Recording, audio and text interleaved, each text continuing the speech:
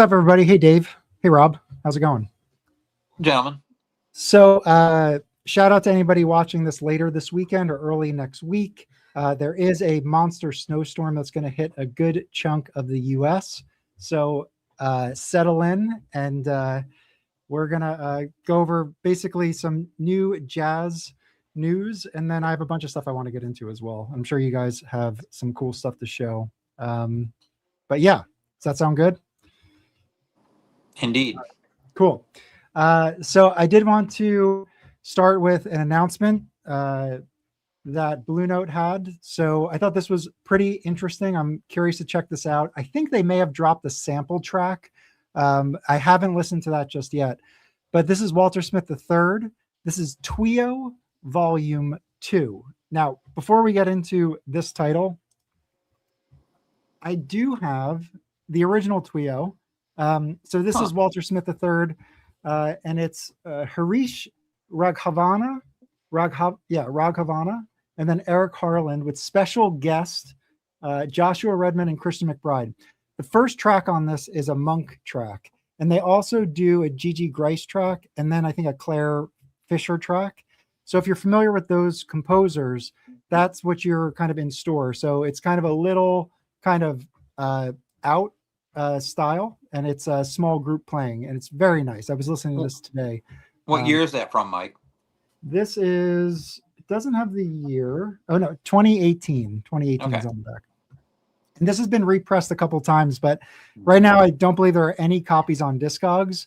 So it would be cool for this label, who is not Blue Note. This is Whirlwind Recordings. They're based in the UK. If they were able to reissue it so people could get the first one. Yeah. So the second one is they just got back together and recorded, was it recorded during the same? That's a great question. So I'm full of them. So Walter Smith III Twio. Now this is literally a joke on Trio. That's really right. I've heard him speak about this, so it's just kind of a goof on that. Volume 2. Now let's take a look because it's different. It's a different group. So it's Walter Smith III with Joe Saunders and Kendrick Scott, which is pretty cool. But there's also special guests on this, Ron Carter and Branford Marsalis, who Branford is now a label mate because he recently put that Blue Note quartet. He was signed to Blue Note, right? So yeah, so I'm curious to hear how this sounds. But what do you guys think about this one?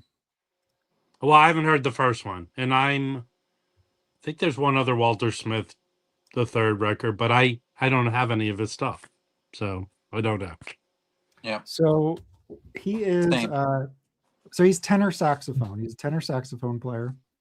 And yeah, on this one you have special guest Joshua Redman, who also plays tenor, which is cool. But yeah, this is a very nice session. So I think this is pretty exciting. I do like Kendrick Scott. I have some of his stuff. Yeah, this looks to be in Notes and Tones lane. For sure. That's how I found out about the first one. Notes and Tones. Yeah. So this, actually, I made this graphic, but I haven't used it yet. So Twio, the original, is Notes and Tones recommended. So Twio is Notes and Tones recommended. On cue. We did not coordinate this. I think everyone bought that. Walter Smith has a green cover. Am I wrong about that? I can't remember which one that is, but I think he also had another Blue Note called the cover is him under one of the bridges in New York. It's called like Return to Casual or something like that. And that's very good as well. That's a nice session. Hey Chris.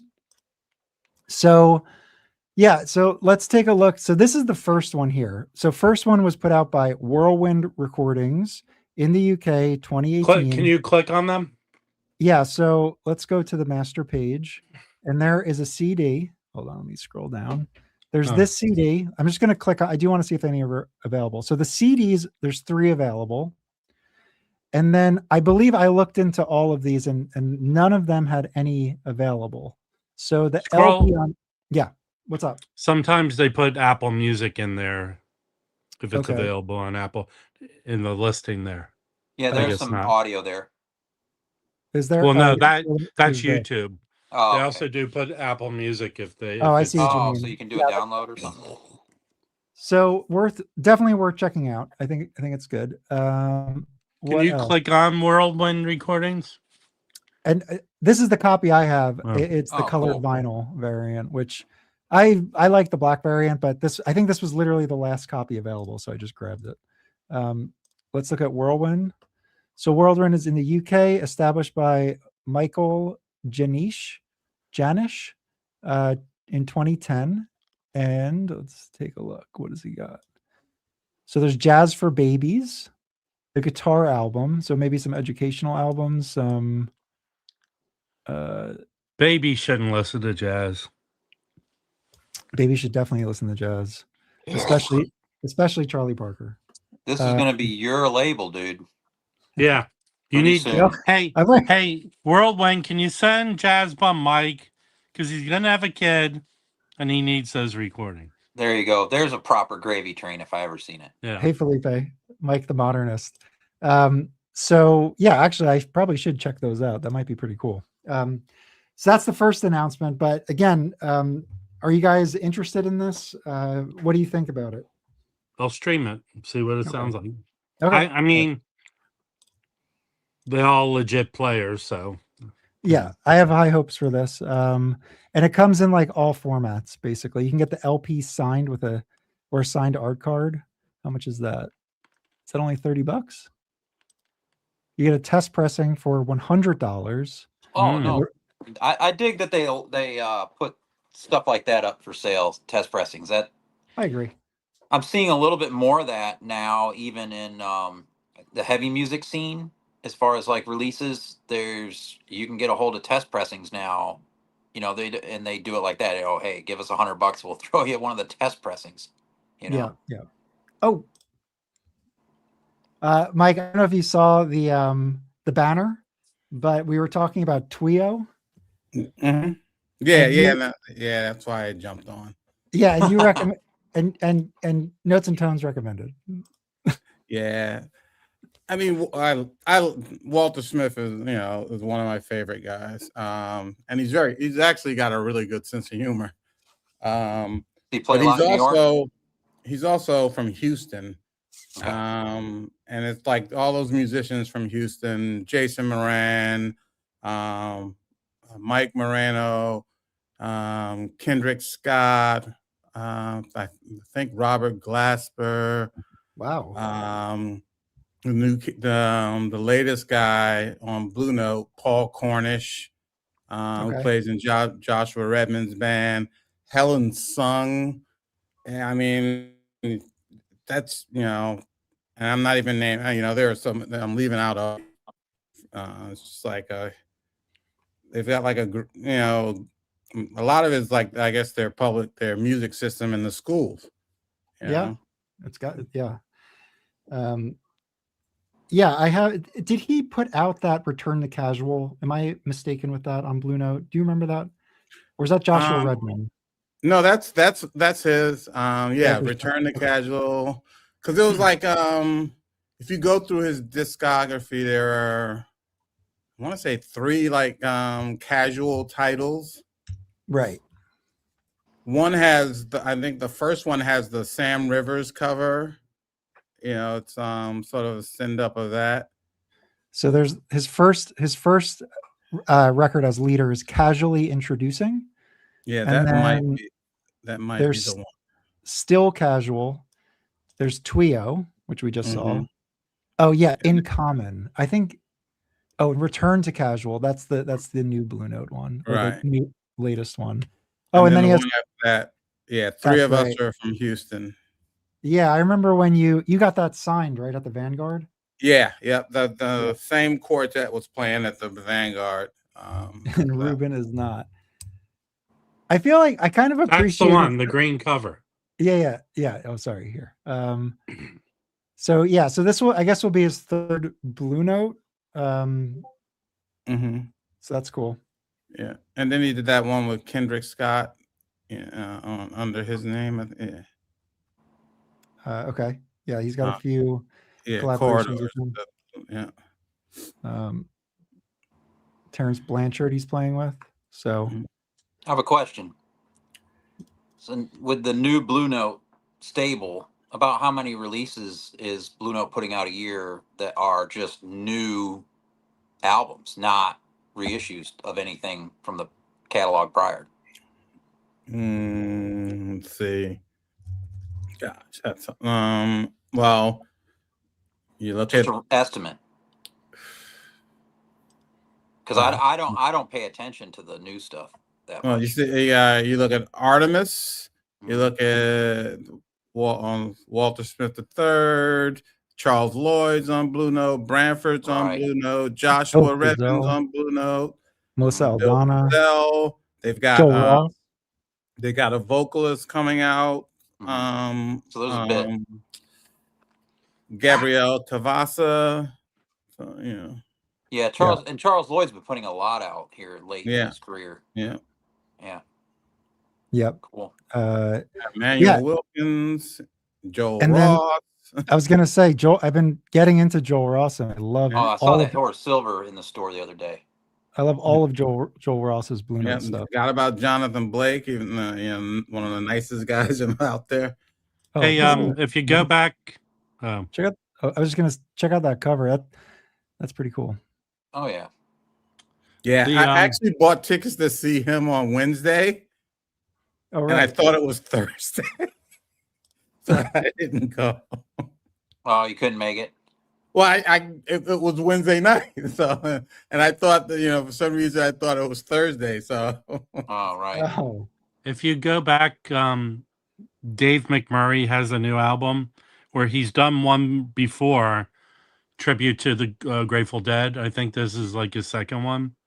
Okay. And I ride around with Jim from Record Collector News, and it's a good album, but that Muriel Grossman did part of her album tribute.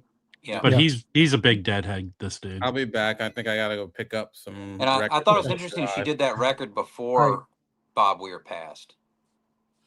Well, yeah. People, I mean, they're a big band. Yeah. People are into them. Yeah. So yeah, lots of cool stuff at Blue Note. Do you want to talk about the other two announcements? Well, one more I have, Rob. Oh, I thought you did the second one.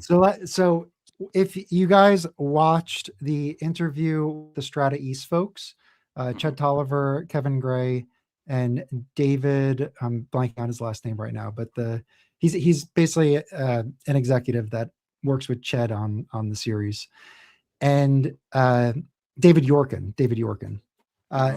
So I was trying to get like, what are the next Strata-East titles? And they were tight-lipped about it. I didn't push that hard. But I did ask Kevin what the next Coherent title would be. And he was able to share that it's going to be Jacob Went. So Jacob is a friend of our channel. You'll know him. There you go. And this I believe this came out in 2025, but he was promoting the hell out of this thing. Oh yeah. Well, he repressed it, so he's started a whole new promotion because he pressed another round of the vinyl. Yeah, and I think those are selling too. So if you see this in your local shop, which you very well may, definitely worth grabbing before it sells out again. If anyone who's in LA tomorrow, there's this record fair in Long Beach, and Jacob will be there selling his record. See this? Oh, very cool. So it's down in Long Beach on Atlantic at this, I think this brew pub place, and there's lots of record dealers, but Jacob's featured there. Is that the monthly that they have there? No, these things are popping up everywhere. It's like Bad Rash. Okay. Yeah. Like any brew pub, they do a pop-up. This looks more legit, so I'll find out. I'll message Jacob and find out. So yeah. Jacob's recording a whole new album. That's the plan. I don't know where they are in the process, but it's far enough along that Kevin, was able to announce it. So, and if you know footage, it sounds good. If you know the story of this album, he tried to get Kevin involved, but eventually got Kevin to master it. Yeah. And then Kevin was impressed by it. Yes, so that's right. Yeah. And we've interviewed Jacob on the live stream, I think. I don't think it was a formal interview. But but he went into great detail with the recording engineer in the studio that he used, and that they recorded it all together, single room, and I don't think they used like headphones, so like kind of an old school style. I'm pretty certain that's the case. So anyway, so it's well, a great there are pictures on the album of them recording. Yeah. So anyway, that's one piece of news, but I wanted to just kind of look at Coherent Records album so far. So there's been 3 titles. You have the first inaugural title was the Kirsten Edkins Shapes and Sounds. That was followed up by Anthony Wilson, Hackensack West. That was a big seller. And then the last one is Dig Weeds by Corey Weeds. So this is the current roster. So Jacob will be up here maybe later this year. Nice. So congrats, Jacob. That's really great news. Indeed. Yeah, I've seen some recent live footage of the group. They're cooking, man. Well, it's about, you know, that hard bop lane, you know. About a couple months ago, my local record store here in Santa Monica, Record Surplus, Jacob did an in-store performance with not the band from the album because a couple guys weren't available, but he had friends come in and they sounded awesome. So yeah, it seems like he can pick up musicians to jam with him wherever he goes. You know? Yeah. Rob, what was the style that they played in? Dixieland. No, that's just the hard bop. Like he was playing the album. Okay. I'd be curious to know what his vision is for this project, because I've heard him on the stream mention that his next album, I don't think I think he wanted to try something different. I think so. Yeah. Jacob, if you're out there, or at some point, we're gonna need. I think he wants to do like speed metal. No, I think he could probably handle going into some modal realms. You know. Yeah. I think he could. Yeah, no doubt. That's kind of maybe the natural progression. I don't see them going more like avant or free. I could see modal. Yeah. But yeah, I'd be curious. I'd be curious to know what he's listening to right now. But Mike, did you hear that news that Jacob Wendt is going to be the next artist on Coherent? Mute. I did not. I did not. Wow. Yeah. So when we at the end of the Strata-East interview, Kevin was able to share that. So they're gonna. I only listened to a quarter of it. How dare you? Nobody listened to it. I mentioned this. Nobody knows. No, I said I only listened to a quarter of it so far. You know. Hey, I watched it with the sound down. Mike, I watched the whole thing. I watched the whole thing, and because of that, I pulled my Strata-East pile today to show. So there you go. Excellent. All right, we'll get into that. But Rob, what were the announcements that you had? I'm in contact with Kraft, or a person at Kraft, and I get the press releases early. So the first one is they're coming out with this Best of John Coltrane record.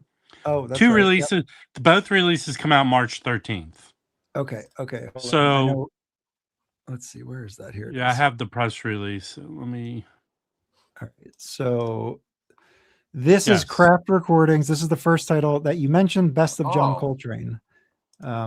So this is up for pre-order for $26. Nice. And it's going to have a number of his prestige recordings.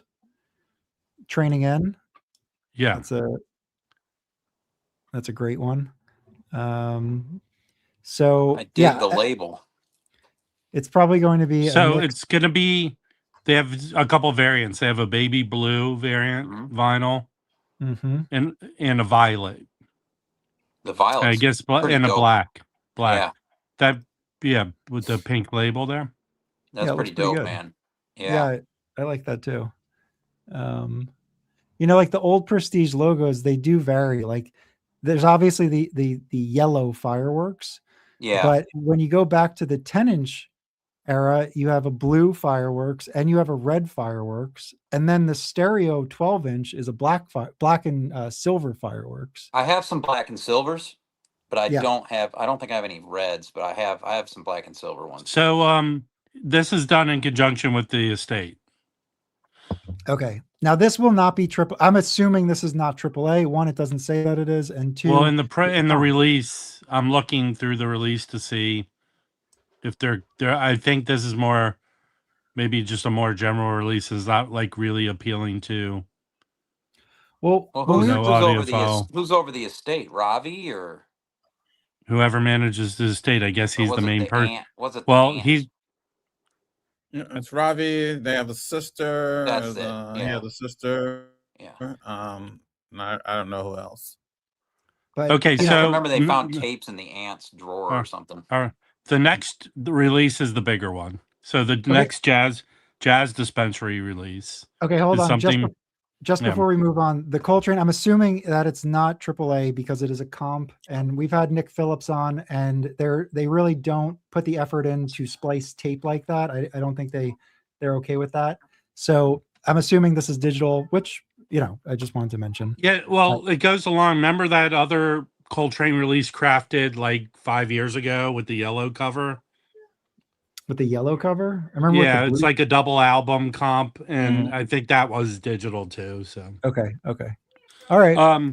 So the NIS release is something everyone's been looking for. I actually a couple months ago found an OG of it. Mm-hmm. I think Roberto poo-pooed this release. I think this is one of the better milestone releases he did. It's more in line with his most of his Blue Note recordings. It's it's right, like a quartet and a quintet. What? It's just a kick-ass record. I think. Yeah, it's one of those I used to see for $15. It's now 100 and some bucks. So No, this is not a cheap record. This is a good deal. So I'll just go through the personnel here. So you obviously have Joe Henderson, the lead, and he's on tenor. On piano, you have Don Freeman or Kenny Barron. So that would be early Kenny Barron, right? Is that right? Not, I don't even. What, no. 70? This is a later This is a mid-60s recording. I guess. This is like probably one of the first milestone recordings. It's got a blue label. Yeah. So we also have Jack DeJohnette or Louis Hayes, and then Ron Carter bass. So a couple different sessions. You poo-pooed it, Roberto. Live up to your words. So yeah, the first pressing has the blue milestone, right? And let's see how much it goes for. Too much. The United States, if you want a VG plus, you got 300 on it right now.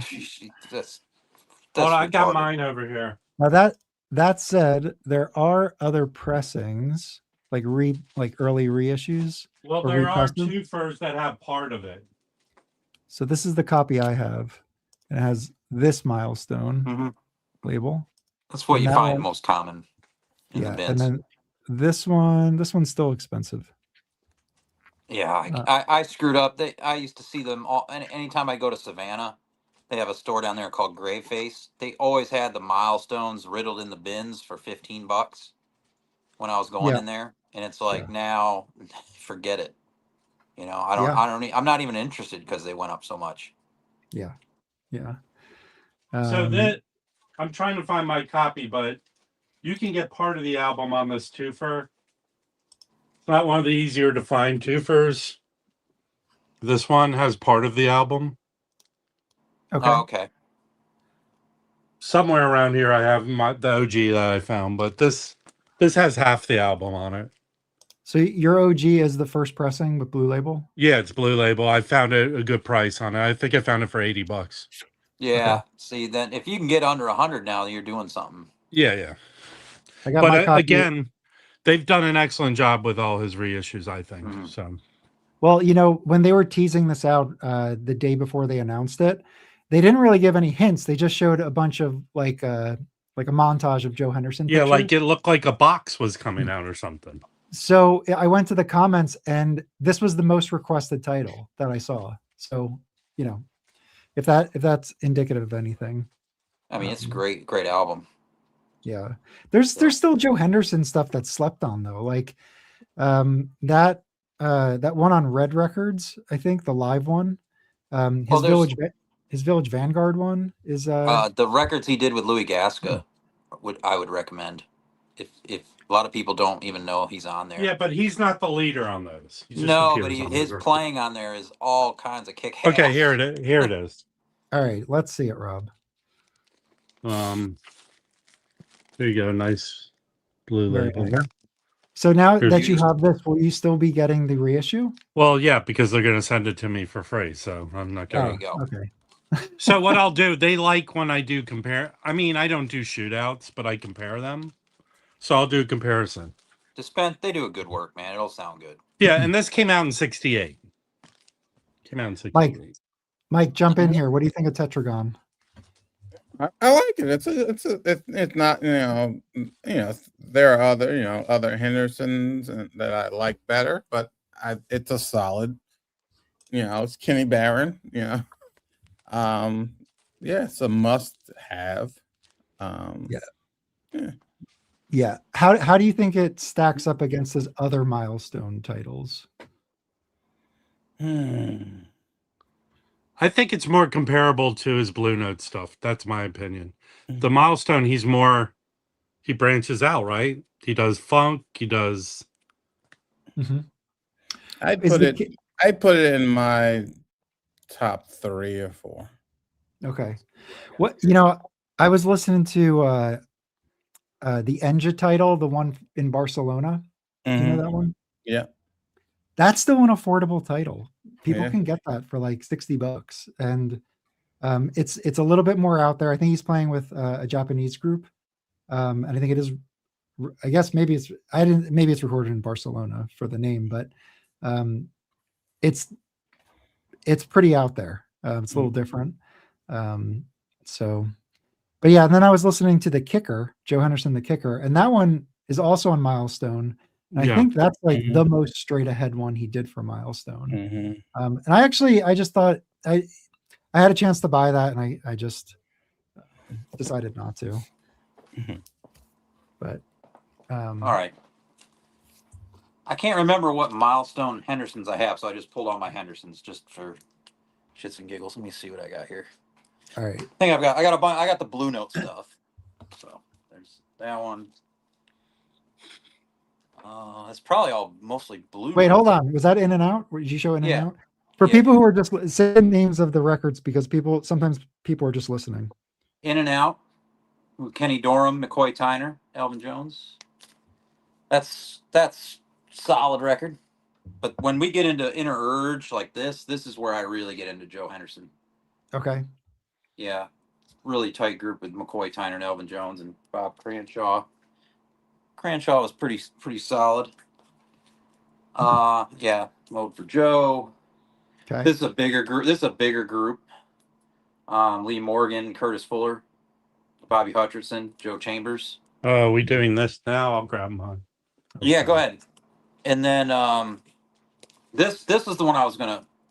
When we get into the milestone stuff, this is one of my favorite milestones. Yeah. Is the Kicker. Again, this is one of the ones I pulled for like $15 in Savannah. I don't know what this goes for now, but which pressing? Who knows? This dude right here doesn't look. He looks a little out of place. This guy right here. Who is that? That plays trumpet. Mike Lawrence. He is a badass on anything I've ever heard him on, and it hasn't been much that he's played on, but that dude. Yeah. No, dude, I forget. They had a nickname for him. Gretchen Moncour's on that. I got to revisit that. Yeah, and I got it because of Moncour, because I'm a Moncour completist. I got to have everything he ever played on. That's required. Yeah, I got to being an old trombone player myself. That's required business.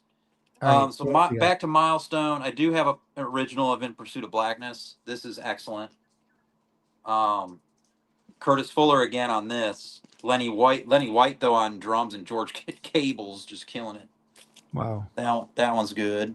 That's an original Milestone. This is an original Milestone. This one, I'm trying to remember, got it at repo for $8 and not that long ago. What? It's original? Yeah, that guy prices the jazz to get out of his site. He don't want it in his store. So that's how it works over there. That's a lot of people's favorite Joe Henderson. All right. Yeah. And then you got one of the tone poets. Yep, that's great. And Is then that I've volume, got is that volume 1 or 2? I need the other volume still. This is just volume 2. I need volume 1. Volume 2. Anybody I wants like to better. send me volume 1, go for it. Volume 2 Then I is good. have this Phillips original. Yeah, I have that. Yeah, this is actually probably my favorite. Oh yeah, I recently got that. Yeah, this is the Phillips Japanese press, I believe. And then I did pull all my Strata-East if you want to see those. No, he's Or not yeah, on Strata-East. Let's go Oh, over wait, to yeah, no, Rob. it's I think he pulled his Joe Henderson's. Well, here are the ones you can get right now. So this is Jazz Dispensary. They did multiple. Oh yeah. I need that. You can Real Gone did a reissue of this. This is excellent. This So what is that, this Rob? What is that? This is Jazz Patterns. It's recordings that were done. Sorry, I have everything here for the this record here. If you're not That Keep News sold off. He sold off the extra recordings of this. Mm-hmm. Oh yeah, the Lighthouse. So this is from the same shows, but from this. And who And they that did one an out? excellent job. I don't know if the blue vinyl's still available. So And you can get in the huh? I was gonna say that reissue is a Everest reissue. Yeah, he sold it off to the guy who owned Everest. Right. And from what I don't have one of those, they're pricey, but I heard the sound is so much better on this. This is currently, you can get this. This is excellent. I think that this was the first Joe Henderson Jazz Dispensary title. I think that's right. You can get, here's the red records that Mike turned me on to. I think you could still get these, but which mic? Notes and Tones. So that's Notes and Tones recommended. So these are excellent. The double, and you can get this. Power to the So people. there's a lot of imprint Joe Henderson, and then there's all the classic series. Actually, oh yeah, in Japan, this was reissued last year in Japan. Okay. So, but I have a U.S. I have the same. I have the same pressing, Rob, with the same promo sticker. Right. I picked this up last year. This is excellent too. I almost kind of wish they did this one too. In the Pursuit of Blackness, more kind of funkier record. Mm-hmm. And Yeah, then if you can get this, I think this might be one of the last of his records that were pressed on vinyl. This is a U.S. pressing. There's a European pressing that's a double LP. Mm-hmm. This was done on Verve, I believe. There's a CD version of that too, isn't there? Yeah, I have that. Yeah, because that has more. That's why I think the European was too.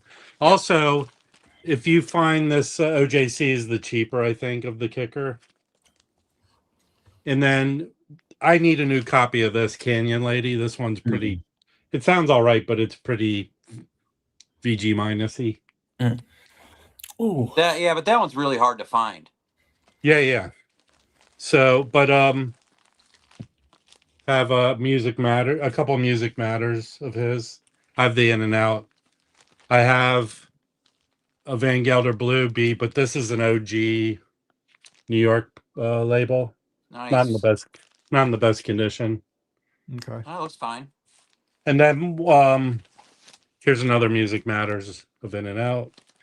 Yeah. And then I have a 1970 pressing of Our Thing. That just got a reissue, right? Oh wow, you have the it's 1970? That's Van Gelder. Yeah, it's Van Gelder. Nice. Yeah, this came out as a classic, just like this month or last month or today. Was it today? Yeah, something like that. Yeah, today or last month. Oh, and then if you can find this is a pretty solid $50 record, I think, maybe a little more. This is kick-ass. Oh yeah. Yeah. Yeah, it was on Contemporary. Right. So this is with him, Chick Corea, Tony Dumas, Peter Askew, Richard Davis, and Tony Williams. Tony Williams, hell yeah. That's a good. And then I need one more of his milestone records. It seemed like every Milestone Records he did had to have blackness and black in the title. This might be, I don't think this, I need 2 of his Milestone Records. This might be maybe one of the weakest one, but it's still good. And he, people don't know this about Joe Henderson, but he dated a dog for like 3 years. It looks like an Afghan hound. That's a wild looking dog. Her name was Farah. He thought she was on, when he dated her, he thought she was on Charlie's Angels. That's pretty impressive. That's very intriguing. No, I mean, it slowly built up the thing, but I only need 2 more of his Milestone titles. I think. I'm pretty sure on that. All right. Dave, do you want to jump in and show some Strata-East? Yeah, just because, you guys focused on, the reissues that they're working on doing. And in that interview, the thing for me was kind of like how they're saying, oh yeah, we get together and we kind of hash out what it is we're going to release next. And we kind of try to get a feel for what, the people might be wanting to come out and stuff. And how they, listen to, they jam out these recordings and say, okay, yeah, this one, and just kind of go with it or whatever. But, I can tell you that everybody wants the M Boom because no one wants to pay $3,000 for a record. Do you know what I mean? Like that one needs to be put out. There's another super rare. If they have the tapes and they're in great shape, like they say they are, let's get those. Do the covers as close to the original as you can, and bring those on. But I'm not that huge on that label. Like, I mean, I'm into more FMP and ESP disc. But these are the ones I have originals of, and I think I have 8 Strata-East titles. I think 5 of them are originals and 3 are reissues. But this is probably my favorite. Is the Billy Harper Capper Black. Yes. Yeah, this one's just absolutely fantastic. Priester's on trombone, Reggie Workman on bass, Jimmy Owens on trumpet. That's my favorite, I'd say, of all the Strata-East. And then this is one I got at Record Archive off the wall years ago. The music of Charles Brackeen in the Dolphy series, Rhythm X. That's an original. Yeah. And I got it because at the time, I was really into Don Cherry, and I was kind of following along in his career and trying to see what else he played on as a sideman and not as a leader. And it brought me to this record, and then I just found it. And I was like, okay, yeah, we're getting that. That was quite a few years ago. That's a great one.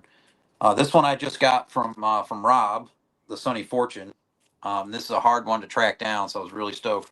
I haven't had problems finding it. Of course not. You want to say out here? I don't see this record ever. And this is killer. Stanley Cowell, man. And then speaking of Stanley Cowell, this one I got off the wall at one of the big sales that Dylan had. Handscapes the Piano Choir, another Cowell-led affair. Okay. Yep. That's a double. That record, they did 2 Piano Choir records, right? Yeah, I think there is another one. I've never seen it in person. I mean, it's an okay listen, but it's pretty. It's like very kind of spiritual, a wall of piano sound. Yeah. For two LPs. I have it. I have that. This is another one I got cheap at Repo years ago. Winter in America from Gil Scott-Heron and Brian Jackson. Oh yeah. This one I really dig. This is really dope. That's probably the easiest. That's probably the easiest Strata-East record to find, I think. Yeah, this one I actually see a lot. Yeah. They must have pressed a lot of those. They reissued it, but apparently it was not authorized reissue. No, okay. From what I understand, it's that French company, something factory. What are they called? RSD, right? Yeah. So apparently, it was probably licensed from the Heron family. It was Okay. licensed through them, and it's digital. But that record, next time you interview them, ask them what the best-selling Strata-East record of all time was. I got to think it was that record. Yeah, because this one I think pops it's up. a safe They bet. pressed a lot of it. They think it's a pressed a safe- lot. Yeah. Is there a and way then- to find that out right now? I don't know. Culture But, Factory. I thought it was someone, when it came out, someone was calling foul, saying it wasn't authorized. And then it might have been Chet in a Instagram post or something. They think said so. that was authorized. Nice. So- So they dotted their. Well, I Eyes don't know across what their I T's. don't know if they dot their I's. Okay, so hold on. Now there probably are a number of represses of this, but the first one on Discogs, about Mhm. 5,000 people have it. So that's a lot of people for Yeah. for a jazz title. I'm thinking this probably is the biggest title they did. And I love that record. Because It's those just- guys did they do 4 or 5 records together? Oh yeah. I know they did records into the Arista. They were on Mhm. Arista together. I just think that was the bestseller. They jammed, man. They were good. This is maybe the best all around record on the label for me. This is the Glass Bead Games. Yeah. This is If they announce that as the next Incredible. round, that would be huge. that one's great. This one, this one they just did a reissue of for I can't remember, maybe an RSD or maybe not. The Zepho Zam. They did this. There's Right, another one. yeah. I got at Record Yeah. Archive, but Hmm. this is not an original. This is the first time they did the reissue, and I don't know if You- it wasn't mean pure the- pleasure. I say this all the time because I just heard a rumor Yeah. that when Stanley Cowell needed money Yeah, in the 90s, he repressed. yeah. I think Strata that was what Records. this was, and it sounds really good. No, those Um, I have a bunch of them, and the Glass Bead Games and my Capra Black mhm. are these kind of 90s pressings, Yeah, and they sound really good. They sound here. I'll tell you this: I didn't do Yeah. a shootout. I compared my Capra Black to the Pure Pleasure, which Yeah. people say is all digital, and I felt that 90s pressing sounded better. right. This I haven't felt the need to upgrade this. I Well, mean, I don't really. I've played it should- enough to actually, know. I don't. The new one that they put out sounds better than that. Oh, okay. But yeah, But- and then I did stand in line and pick this up, Mhm. Oh, nice. and I this did how not do- get that. a great. How do you feel presentation that of this record. sounds, Dave? How do you feel that sounds? Fucking great. So it sounds the excellent. the one they did of the Yeah. Pharaoh Sanders sounds just as good. Okay. And yeah, you know what? Mac Avenue. They're doing good. This is good, man. What's really funny is, on that cover, Dave, it says you can get the free subscription to Downbeat. Yeah. So I was like, oh, yeah, this is bullshit, whatever. I don't know why I said it was bullshit. But actually, the beginning of the month, I got my free Downbeat. You got your free downbeat. I didn't Yeah. sign. Hey, I For a didn't year. sign up. I got it for a year. I Do you didn't have it sign with up you, man? for it. Mike, I didn't sign. Is there a card inside that you sign up? I can't even remember. I think let me see. I think it goes. You go on the. Well, you see, it's nice that happened like that because Well, I actually- bought a couple other releases that supposedly had extras, and the extras weren't in there. And it's kind of like, okay, you're doing this for RSD. You might want to make sure your quality control is up to snuff.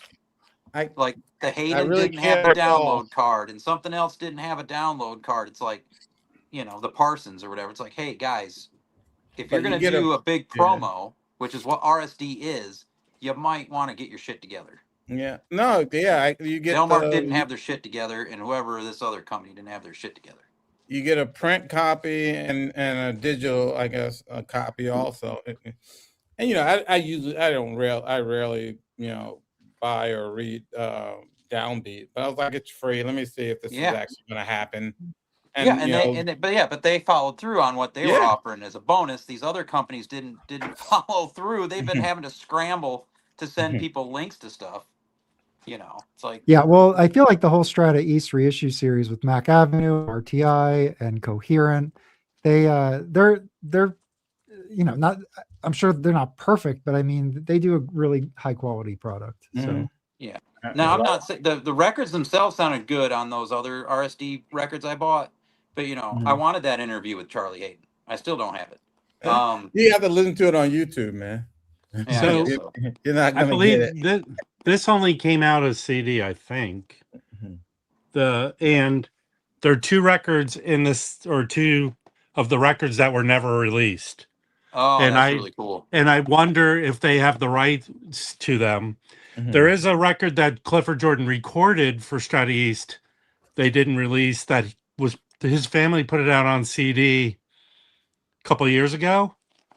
But this has a record by Ed Blackwell that was never released, and a record by it's called Shades of Ed Blackwell, and then it has also a record by Wilbur Ware called Super Bass that I think two other companies put it out on CD. But these are Strata-East records. I don't know if the rights retain back to the family. Interesting. Yeah, I'd be But curious. both of them are excellent and crazy Very good. nice. Very Nice. cool. Yeah, I remember you talking about that before. Yeah. Yeah. And I only got one other record. This is the only record I think came in the mail this week. This Dane Bellany record on Sahara. This is really freaking good. And this was CJ at WFMU telling me to get this. So I followed through. He found a copy there. And I only knew about this, I think, from Alex from years ago, maybe. And I had forgotten all about it. And I was like, okay, I'll try to track it down. It turned out to be not easy to track down. But yeah, I got this guy in LA, had a copy and sent it my way. It's a little bit of surface noise on this one. I'm going to run it through the cleaner. But this is some great free, it's free and improvised. And, there's kind of her poetry style vocals in this. It's really good. I don't know. It's kind of in between June Tyson and Gene Lee, kind of an in between thing. It's like there's only one pressing of it, so there's Yeah. just one entry, and there's one copy available, and they're asking Yeah, for but how much do they 200. want? They want 200 for it. Yeah, where are they located? Turkey, somewhere. Why don't you Yeah. trust Turkish people, Dave? I don't know. I don't trust the Yeah, we internet love period for Turkish records people. right now. The last 4 records I've ordered online this month, I got 1. The other 3 I got refunds. Mm. It is rough in the streets. By the way, can you make me big, Mike? This came out 3 years ago. This is that record he recorded for Strata-East, but they didn't release it.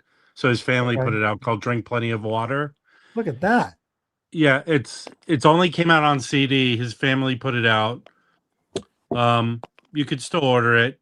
On it, his daughters do singing on it. Okay. Dick Griffin, Bill Hardman, Billy Higgins. Yeah, it sounds like the Strata-East crew. Sam Jones, Charlie Rouse. Uh-huh. And it's a good record. Yeah, thanks for pointing that out, Rob. That's Yeah, cool. Awesome. Hey, Brandon. Hi, guys. How's it going? Pretty good. How was your week? Good. We're cold, but not compared to the East Coast. Yeah. It was 29 degrees this morning at the dog park, and that's cold for the West Coast. Yeah, no kidding. Dang. That is cold. So you get up to listening to any records this week? Yeah, Donald lent me some CDs. Got a Champions League win this week. Yeah, that was cool. I don't know how those guys play in shorts in what was it? It was like 12 degrees or something, or like 12 degrees. Where was the match? Was the match in Prague or somewhere? It was in Prague. It's cold there anyway. Yeah, it was like 19 degrees and the wind chill made it like 12. Yeah. So I don't care if you're wearing long sleeves, make you run faster, big socks and shorts and gloves. It's still cold.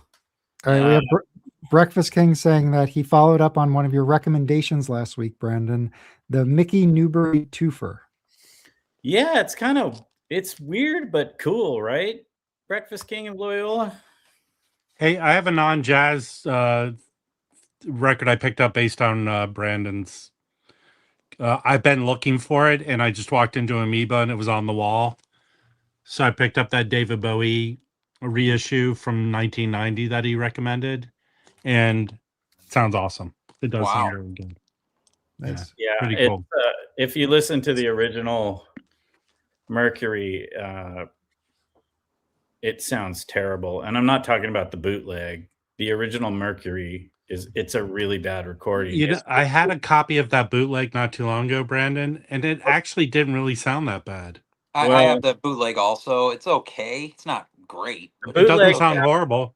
The bootleg sounds worse than the original, which doesn't sound very good. The drums on here, whoever did the mastering, the drums sound so good. David Bowie did the mastering. Damn. He remastered everything, and the two that really make a big difference are the Mercuries. So here's a funny thing about this, okay? And you pointed it out. On the back, it says AAA, right? Right, yeah. Then on the OB, it says digitally mastered. I know. And that's what always confused me about those, because the CDs all say AAD, and I know Bowie was like, at that point, you know, I think it's 1990, right? Yeah. Well, could it be that the supplemental material that's on the second disc was done digital and then the main record was analog? I don't know, but there are no liner notes in this. So. Yeah. If you listen to the original, all the backing vocals, the keyboards, everything pops. It sounds so muddy and just bad. I can't. The only thing I can describe is it sounding as, you know, just all pushed together and muddy as hell. And I think that record would have been a lot more better received if it had sounded good. It didn't sell well at first. No. Well, here's the problem. This was the original cover in England. Yes. And they got such pushback, they pulled it. Mm-hmm. And then the back here, the back cover is the one they switched to, right? Mm-hmm. In England, but the American cover is like the only one with Bowie, and it's sort of like it's an illustration. Yeah, and it's sort of it's kind of making fun of rednecks. Exactly. It says "Oh" by Jingo on the back, which is one of the lines in it. So it's an American cartoon of this cowboy with a gun, and on the back it says "Oh" by Jingo. Sort of ironic in our current situation of the man who is selling the world, but that cover was not appreciated in America either. So it kind of they had to change the American cover to the one of him kicking. Yeah, there it is. If you find the original cover, it's a very expensive record. Yeah, because you have to the original. There's a difference right here between the gap between the writing and this bubble. There's if you have a difference in the matrix too. It has a stamp matrix. But this is one heck of a pretty solid looking bootleg. It can deceive you. Yeah, and apparently Mercury America was overtaken by some mobsters, and they just reissued it, but it wasn't as high quality, but it wasn't a very good recording anyway. To begin with, right. But when Bowie got the master tapes and went back through and did it, it sounds fantastic. And actually, when I got the copy that Rob just sold, I sold my original that was worth $150 or something. They go for a lot more than that now. Well, you know, this was years ago. Yeah. No, this wasn't that long ago. Oh, really? I heard the Ryko, and I picked one up for $90 and then sold the original for $150. So it made sense. Yeah. Oh yeah. Cool. It is back to jazz. Huh? Oh, sorry. CD minute. If I have to run up, I'm also cooking at the same time, but it's a soup. So this is Ria Fukui. Donald lent me this, It's a 1977 live recording. It's mostly standards. It's really nice. It's beautifully recorded. Is it as good as Mellow Dream or Scenery? No, it's not. But it's still really nice and great quality sound-wise. Is Scenery the red cover? Scenery is the red cover, which is the one. I don't know why people compare it to the Japanese Kind of Blue. Doesn't make any sense to me. It's a trio record. Yeah. It's a fantastic record, but I think it's because of the importance it was in Japan. They compare it to Kind of Blue, maybe. But it's a great record, although Mellow Dream, which is the one that came out after that with the seagull on the cover, I'll find it for you in a minute. To me, that's the magic. So this is pretty cool. It's hard to find the original. Yeah, Mellow Dream to me is, and I have that pressing, the 2 times, what do they call it? The half speed. J-Jazz. Oh, is it half speed mastered? Okay. Yeah, all those are half speed mastered. In fact, I have all of those reissues because the originals are, $200 to $300. Yeah, J-Jazz did this one too. I love this. Oh, that is fantastic. Yeah, this is something else right here. Yeah, and it does promote that other record there, the Scenery record on the back, on the Obi. And Scenery is a great record. It's kind of half standards, half originals. It's really good. I would recommend those. What is it called? We Love Jazz, or it's We Release Jazz or something. I think it is. Yeah, probably a division of release whatever the fuck we want. Yeah, that's what it is. We release for whatever we want. I would recommend you get Mellow Dream, Scenery. There's a solo piano one that's beautiful. I'll pull it out if anybody wants to see it. They're all like 20. I don't want to see it. Oh God. Okay, Mr. 10-inch. Hey, smaller than that. Oh, you were lying. Communique by Mal Waldron and Steve Lacy. This is pretty cool. Is that another Donald? Yeah, this is another Donald Lender. Yeah, that's really good. I have that. He loves. Do you have it on vinyl or CD? No, I don't recall it ever coming out on vinyl. I don't think it did it? No. Yeah, but it's kind of cool because they do the.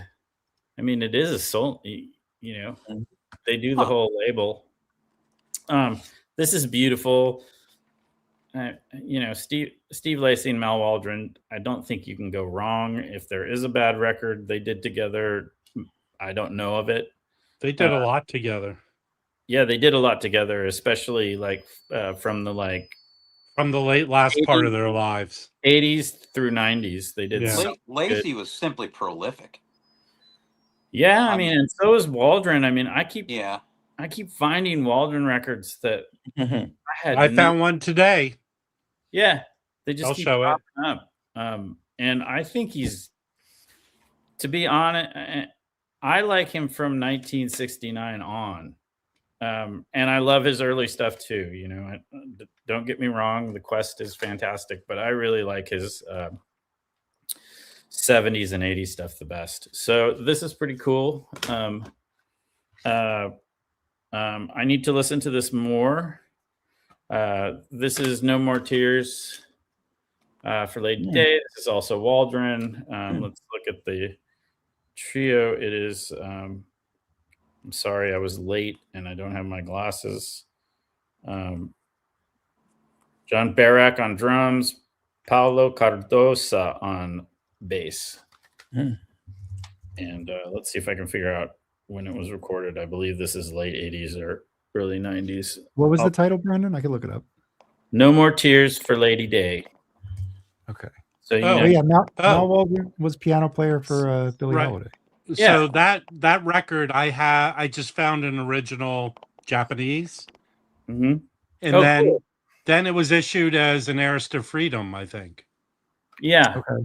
Are the covers the same as the CD? For the no. Then I've seen the Japanese reissue, but I have it around. It's around here somewhere. I got to clean it. You get. Let me see if I can pull it. You get so Brandon, like Kern, you get Waldron has a couple originals. Ellington. I have the timeless one, the one that's in the under the video. Anyway, it's a beautiful record. I mean, it's not my favorite Waldron, but it's definitely worth getting. It's solo.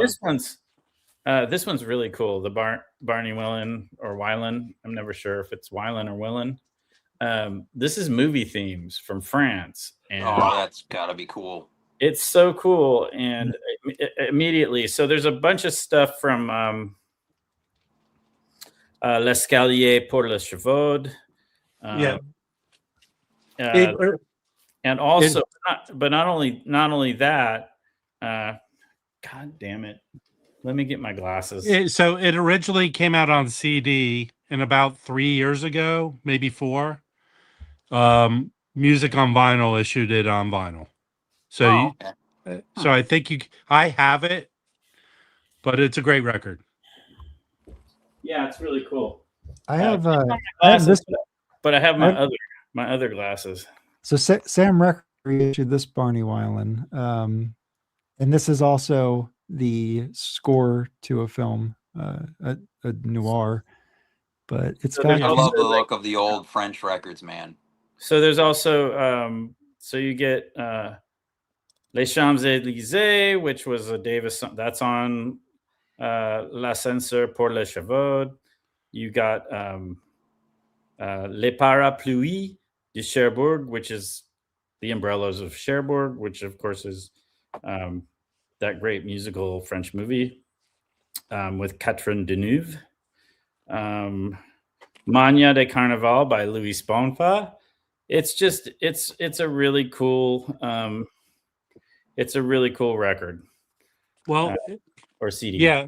Well, you can get the record because they put it out. But if people don't remember, like 5 years ago on Record Store Day, they put this box out, which cool. Which these guys made a comic book where the lead character was based on Barney Wilen, so he recorded a soundtrack for it. So in this box, you get the comic book, you get a CD. It's really good, and the record is like noir. It's the soundtrack. I don't remember seeing that on RSD.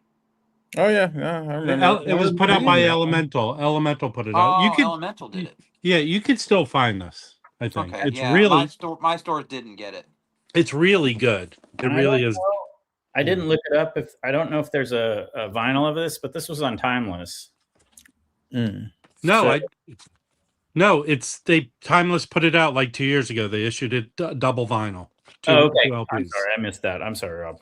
That's all right. And kind of cool. It's also this one has the Rick Ballard Imports sticker.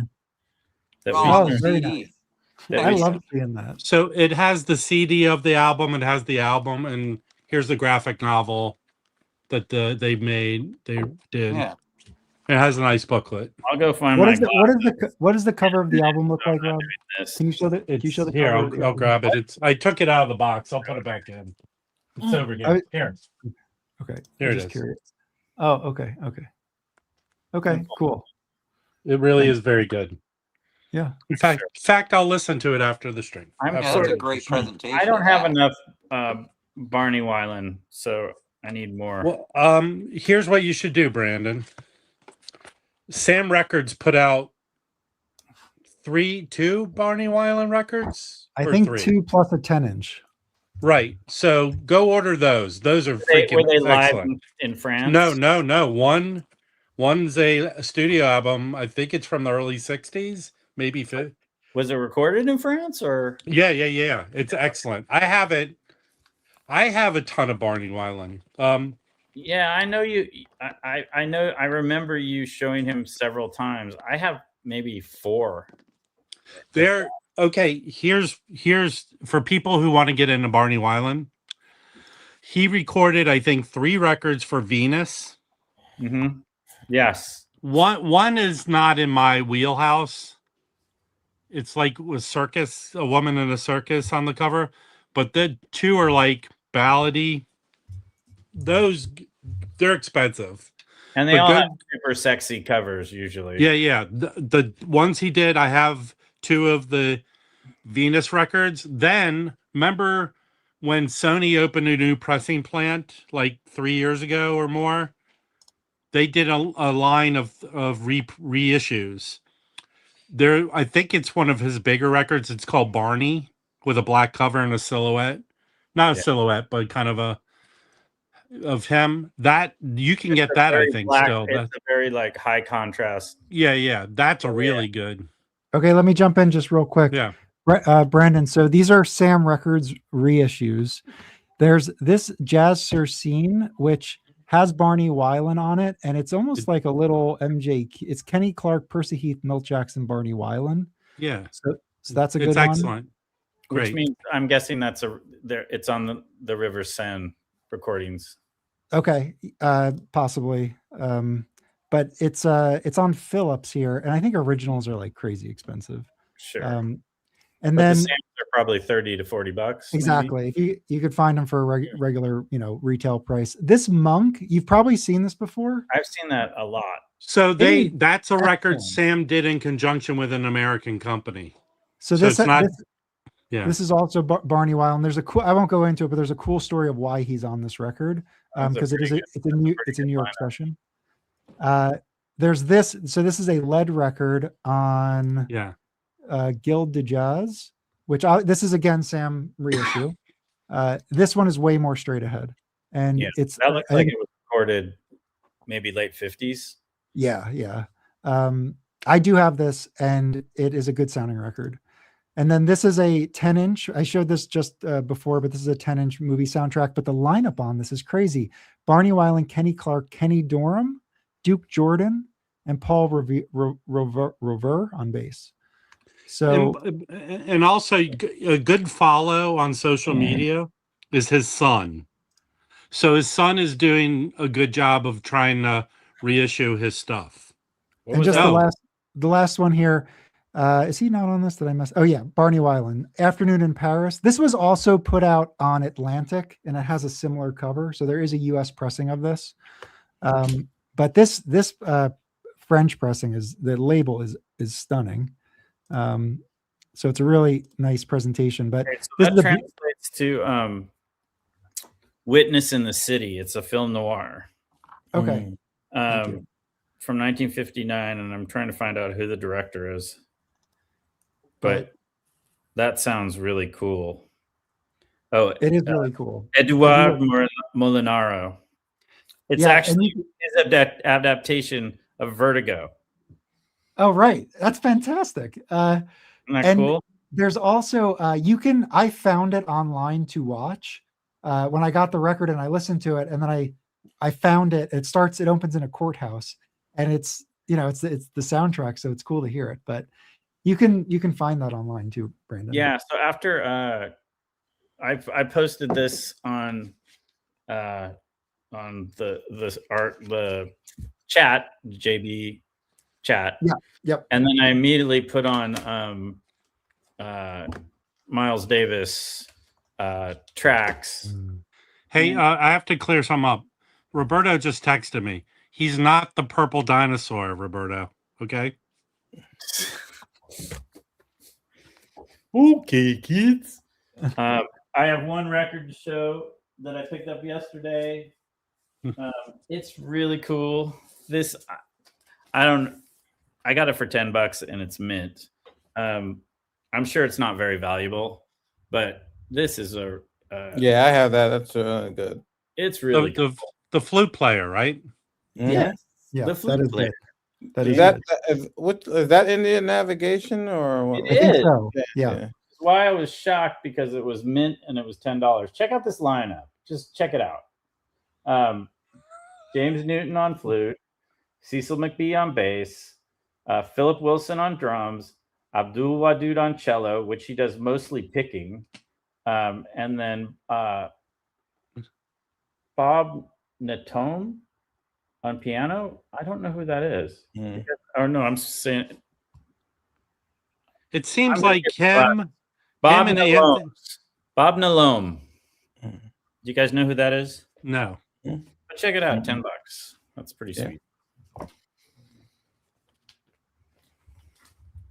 Yeah, that's a good one. Yeah, I have that one that's too. another bargain. Yeah. You're muted. Well, even better, Mike's muted. I wish we were muted while he was. Just quickly, it's a quartet. James Newton flute, Anthony Davis piano, Abdul Wadud cello, and Philip Wilson drums, and they get out there on this. Yeah. This is the. It seems like he played a lot with Abdul Wood, and he played with the piano player Anthony Davis. Davis. Oh, that's beauty. Right. Yeah, this is Definitely. really. I actually was playing it. There was a period where Jazz Record Center had a whole bunch of them. That because I got like 3 of those. You mean Indian Navigations? Yep, and because I bought those 2 from them, and then there's a bunch of Indian Navigation. I can't say this is the greatest cover I've ever seen, but I wonder who owns the Indian Navigation catalog. I wonder who has. Good question. That is a good question. Because it hasn't been tapped into. Like probably pretty much in agreement. All of Chico Freeman's best records are on Indian Navigation. Yes. I don't even know. I'm just gonna make a wild guess. all but That one. he was the biggest. Well, he has tons of records, but he has some Black Sabbath. But I'm going to guess he put out the most amount of records on Indian Navigation. I think Which Indian artist? Navigation has Which the artist? most good ones. Chico Freeman. Yeah, But I agree with Chico that. Freeman on Contemporary is Yeah, that's really good. fantastic. Yeah. It is so good, and it used to be a $5 record, and I think now it's a $25 record, but it's still a bargain. You want some Probably more. cheap heat alert? He did a bunch of records on Electro Musician, I think, right? Oh yeah. And they're cheap as hell, and they're good. There's a They're lot of good good stuff on that label. There's a lot of good Well, Chico Freeman The records. sound quality on some of them is not the best, but Brandon, I are don't you know. are you I'm looking Are for you- Chico Freeman. I couldn't get into Spirit Sensitive or whatever that is, but the others I dig. Yeah, and they That were one was too laid back. I like all the Chico Freeman on Too laid back for me. All of His it. first Good. album he did on Indian Navigation, they reissued with a different cover, like in the early '80s. But it sounds good. The This, contemporary one I want to. That's Yes. my. this is like the best one. This is Kings of Yes. Mali, and I mean they're all very good, but this is my favorite. Yeah, that one's great. I think the one on contemporary I like is Winter's in the title, and I can't remember. Well, you can get it. It was also put out as an OJC. You can get it too. Yeah, and all those contemporary OJCs sound identical to the contemporaries. Brandon, were you going to show some Chico Freeman? No, because I Oh, realized I thought you grabbed records. Sorry. I was going to grab some Chico Freeman records, but I realized I must have been playing it recently, so it's not in it's not in F. It's The in- only it's thing in I can Fast. the only thing I can remember about the contemporary one is that I think it's Hilton Ruiz is on piano, Mhm. and Yeah. from what, like, Couple. and I can't remember who the rest of the band, but it is totally different than the Indian Navigation stuff. And I Yeah. actually sold my copy, and I regret selling it. What's Well, one? if I If anybody needs Hilton Ruiz records, there's a bunch of them used at Lunchbox. They've been there for 40 years. Please go buy them. Cheap heat. You can find those easy. I'm not talking about either of these two. No, are you talking But about those- after the rain? Yeah, with his Beyond face the rain, cover. beyond the rain. And I think there's a little bit of The either sax. kind of soprano The- sax or Yeah. alto. But Or, those are good ones, Brandon. Those Yeah. are good records. yeah, these are good too, but nowhere near that rain one. No. But and to your point, they're still cheap. So your price of remembrance is good. Yeah, these two are insanely cheap. Yeah. Okay. Like, these Oh are yeah. still $5 to $8 records. What And they're label? What around. label are they on, Brandon? What's the label? Contemporary. Contemporary. Okay. Contemporary. CR. Look, it's the more modern contemporary. Okay. Yeah. This one's really good though. For check it out. I mean, this is I think you can find this Gentle Spirit. You can find this for $8. Yeah, I see that often. James, there's a copy in Noble right now. James Newton, Kenny Kirkland, Jay Hogarth, John Koenig, who I don't know who that is, Buster Williams, Billy Hart, Paulinho da Costa, and Efrain Toro. It's good. There's some good Jay Hogarth led stuff too on that label. But that After the Rain record that's just one of those ones you put like from the first. It's like one of those records from the first like 15 seconds. You're like, oh, we're about to enter a really nice 40 minutes of life. All right, I got a big record in for me, and I was thinking about like how to set it up. Oh shit! How about just show it? I think I'm just gonna show it because I feel like I could do a whole dedicated video to the artist because his history is so interesting. And I've said for this artist they should make like a Netflix miniseries about like his life, but his name is why Netflix? Would it be on Paramount Plus? Yeah, all right, I'll just jump into it. So I don't know why my camera is all messed up. I'm just trying to fix it. Okay, so this is a second pressing. It came with the inner sleeve, so I believe we can date it at 62 or 63. Oh wait, where's Brandon? I need Brandon here to show this. He's sick of your ridiculous buildups to show. Hey, give us some more background. Give us some more background. I'm coming. Get over here, man. He's cooking soup. I'm making soup again. So all right, no, those are the wrong ones. So it's a second pressing, Gil Melle Patterns in Jazz. Wow. It came with the original inner sleeve. So based on that, you can determine the range of when it was reissued. So I believe this is a 62 or 63 reissue. What's the address? The address on it is 767 Lexington Avenue, New York 21. Oh. And it's framed. It's a Lexington with no deep groove. Exactly. That's exactly what it is. Okay. Yeah. And it's a frame jacket. And I got it for a great price. Really happy with it. The jacket is VG. You can see. I think I'm going to try to clean it up, but I don't want to damage it. I'm pretty much fine with it. Just pour bleach on it. I think that might help. If I do have a record, I'd love to own an early copy that isn't a 45. It would be that one. Yeah. That's what I mean. It's in like the top 20. Yeah, but if you want to get that record affordably, get the Music Matters 45. I still think it is still in stock. I think for like $75 on their website if anyone's interested. But this is Blue Note 1517, so it's an early 1500. I believe it was a session recorded with the intent of coming out on a 12-inch. So it's one of the early ones that Blue Note did like that. And stylistically, if you're familiar with Gil Melle, he has a particular style that I feel like merges basically that a cool school with a bop style. I mean, it's his own. It's his own. It's his own thing. Like it's like 10 years ahead. It is totally his own voice. It sounds different than everybody. So and not 10 years ahead. Like 10 years ahead is better, but it just sounds more modern than when it was recorded. If that's 10 years ahead, this is the year 3000. Okay. This record, this Gil Melle record. Yeah. Waterbirds. That's a wild cover. Yeah, this is from Alex's personal collection, Dave. Yeah, I knew I'd seen that before. For people who are fans of Gil Melle, especially the later stuff, as well as the early stuff, he was an innovator. Like he was doing like total. That Tome 6 record is really cool. I have that. He's using the Moog synthesizer. So, but let me just show this a little longer. But yeah, that's the jacket. So Gil Melle plays baritone sax on it, and his tone is beautiful. The lines are beautiful. The way it's recorded, they just sound. He's incredible on this. He's incredible. And Eddie Burt on trombone, which I know him from Savoy Sessions. And then Joe Cinderella guitar, who sounds very nice on this. Oscar Pettiford and Egg Thigpen. So I just lucked out.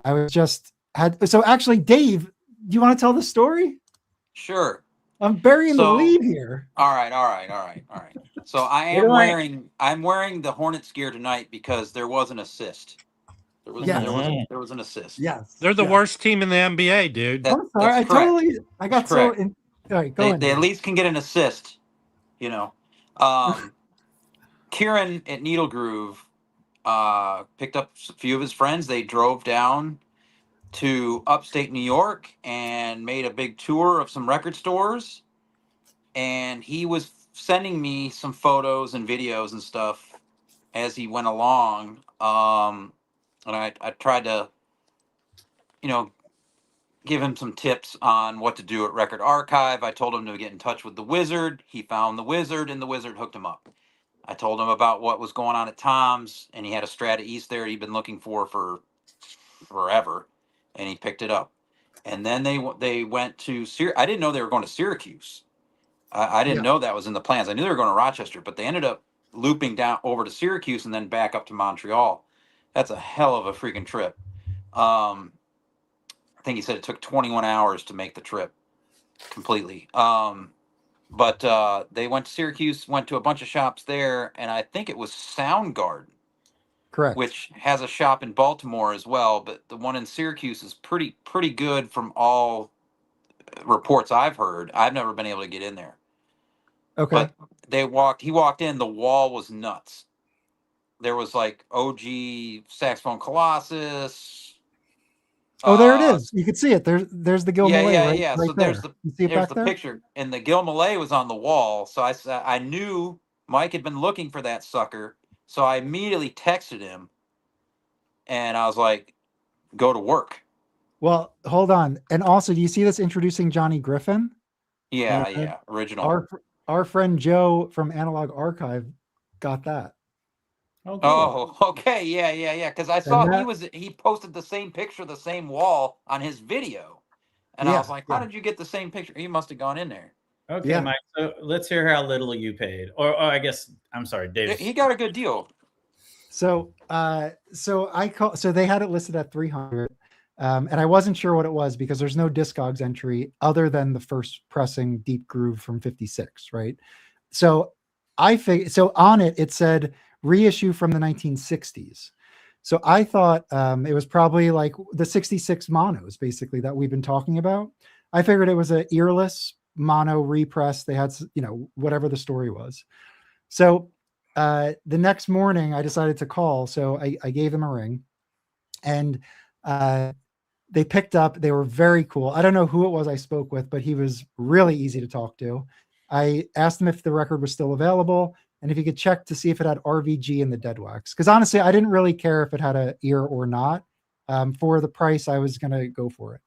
So he, and I assumed it didn't. I assumed it was a 66. I just thought maybe that's likely what it is. So he took it off the wall and he's looking at it, and he discloses, I didn't ask for this. He said there's an ear and RVG. And I go, there's an ear. He's like, yeah, there's an ear in there. I was like, oh, right. And he was like, no Deep Groove. I asked if it had Lexington on the label, and he said yes. So I was, he like rang me up, and I was like, could you do any better than that? And he's like, let me see how long it's been here. He's like, okay, I could take $50 off. And I was like, cool. Wow. Free shipping, $50. And it's VG. It doesn't play like perfect. There's some noise on side one, on track one, and a little bit on two. It's okay for me. And side two plays great. It is it's so dead quiet. 250 delivered. Yeah. So that's expensive for me. Yes, but that's a grail for you. But given this is, I thought it was worth the price. Should I ever need to get rid of it, I could make, the money back, no problem. So I thought have it, see how it is. And, so that's the story. It's interesting. I would guess it's like a 63. That's what it is. Yeah. It's 63. And the reason why I'm saying that confidently, Brandon, is because they sent it and it had the original inner sleeve. So if you go to like London Jazz Collector or Fred Cohen's book, they map out the ranges per. So this one was December 62 into 63. So it was around. So this inner was used during that time. Now, did you get a cover? Because sometimes they would just have still the framed cover. So you would get an original cover with a frame. It is framed. It's framed. Oh, cool. So you got the original cover. I think it's original cover. Yeah. And let me see if I could just zoom in a little bit. You see the frame there? Yeah, they like to use up what they had. They didn't like to get. And the original would have had a deep groove and a flat edge. Yeah. Now the thing is, this doesn't have a deep groove on either side, and it's the flat edge. When you say flat edge, I always take it as the edge here, right? Yes. Not the roundness here, but the edge here. Is that correct? It's like, there's when you have a vinyl record, it almost doesn't even have a little tiny lip. When you have a flat edge, it almost feels like it has a little lip, and it is a straight drop. So this is flat, but it's not a straight drop. It is a rounded edge. Yeah. Yeah. But at the top is flat. Like it doesn't have the bead on the very end to kind of keep the needle positioned in. Hey, but all you haters, don't take this video footage and say we're talking about ladies with cosmetic surgery. Okay. Stop it. So anyway, I pulled like all my Gil Melle. I'll just show them quickly. So I have two of his 10 inches. This one is really historically important in terms of Gil Melle is responsible for Alfred Lion and Rudy Van Gelder connecting. He connected them. So that's why I say he's such an interesting character in the story, in the history. I mean, we don't get what we got here. I think him, right? I have one Gil Melle 10-inch. I think. And then I also have this on Prestige Primitive Modern, which is also an excellent, very interesting session. Question. Inexpensive OJC. What's that? Where did you get that one from? Bop Shop? Okay, so no, I got a cool story. Not with these. These were in the 100-something range, but both of these, partially because the cover was messed up. I think I paid $20 for this. Nice. Oh, that's a New York City address on that, right? Yeah, and this is an NYC. It's VG, but I'm telling you, on a mono cartridge, it plays really nice. It plays closer to VG Plus. And then this one's an even better, because this one I got for $25. Whoa. Oh, I love that cover. Yeah. That's sweet. This is 50th Street NYC, and it is mint vinyl. Wow. And I don't know if it was, I think, the shop I went into, they had no idea who Gil Melle was. That's like if it's mint, like you said, that's probably more than $500 record. It's not mint. It's VG plus, which is not really a rating, but everyone knows what VG plus is. Yeah. Beautiful. I've never said that before. I would love to have a copy of that, Brandon. Whatever. You're lying again. Yeah, I am. But you can even, I'll tell you this. Cover, the Gil Melle OJCs, like the original OJCs, they go for money. Oh, and also they're not cheap. Jazz and Quadrama are early Reed Miles. I love that cover. This is all early Reed Miles before he started. Yes. Obviously Francis Wolff had him incorporate photography into it, but these are so cool. Oh, and that reminds me, the reason why I have this behind me, so this famous new Miles Davis quintet record, the designer of this jacket is Gil Melle. He was also a graphic designer, so he did his records on Blue Note, I believe, the 10-inch ones, and then he did a number of them on Prestige as well. So he did this one. I don't know if he did this one. I can't see his name. Let's see. But yeah, he pops up all over the place. He was a really good graphic designer. That Miles record, Mike? Yeah. Cover design by Gil Melle. It says on the back.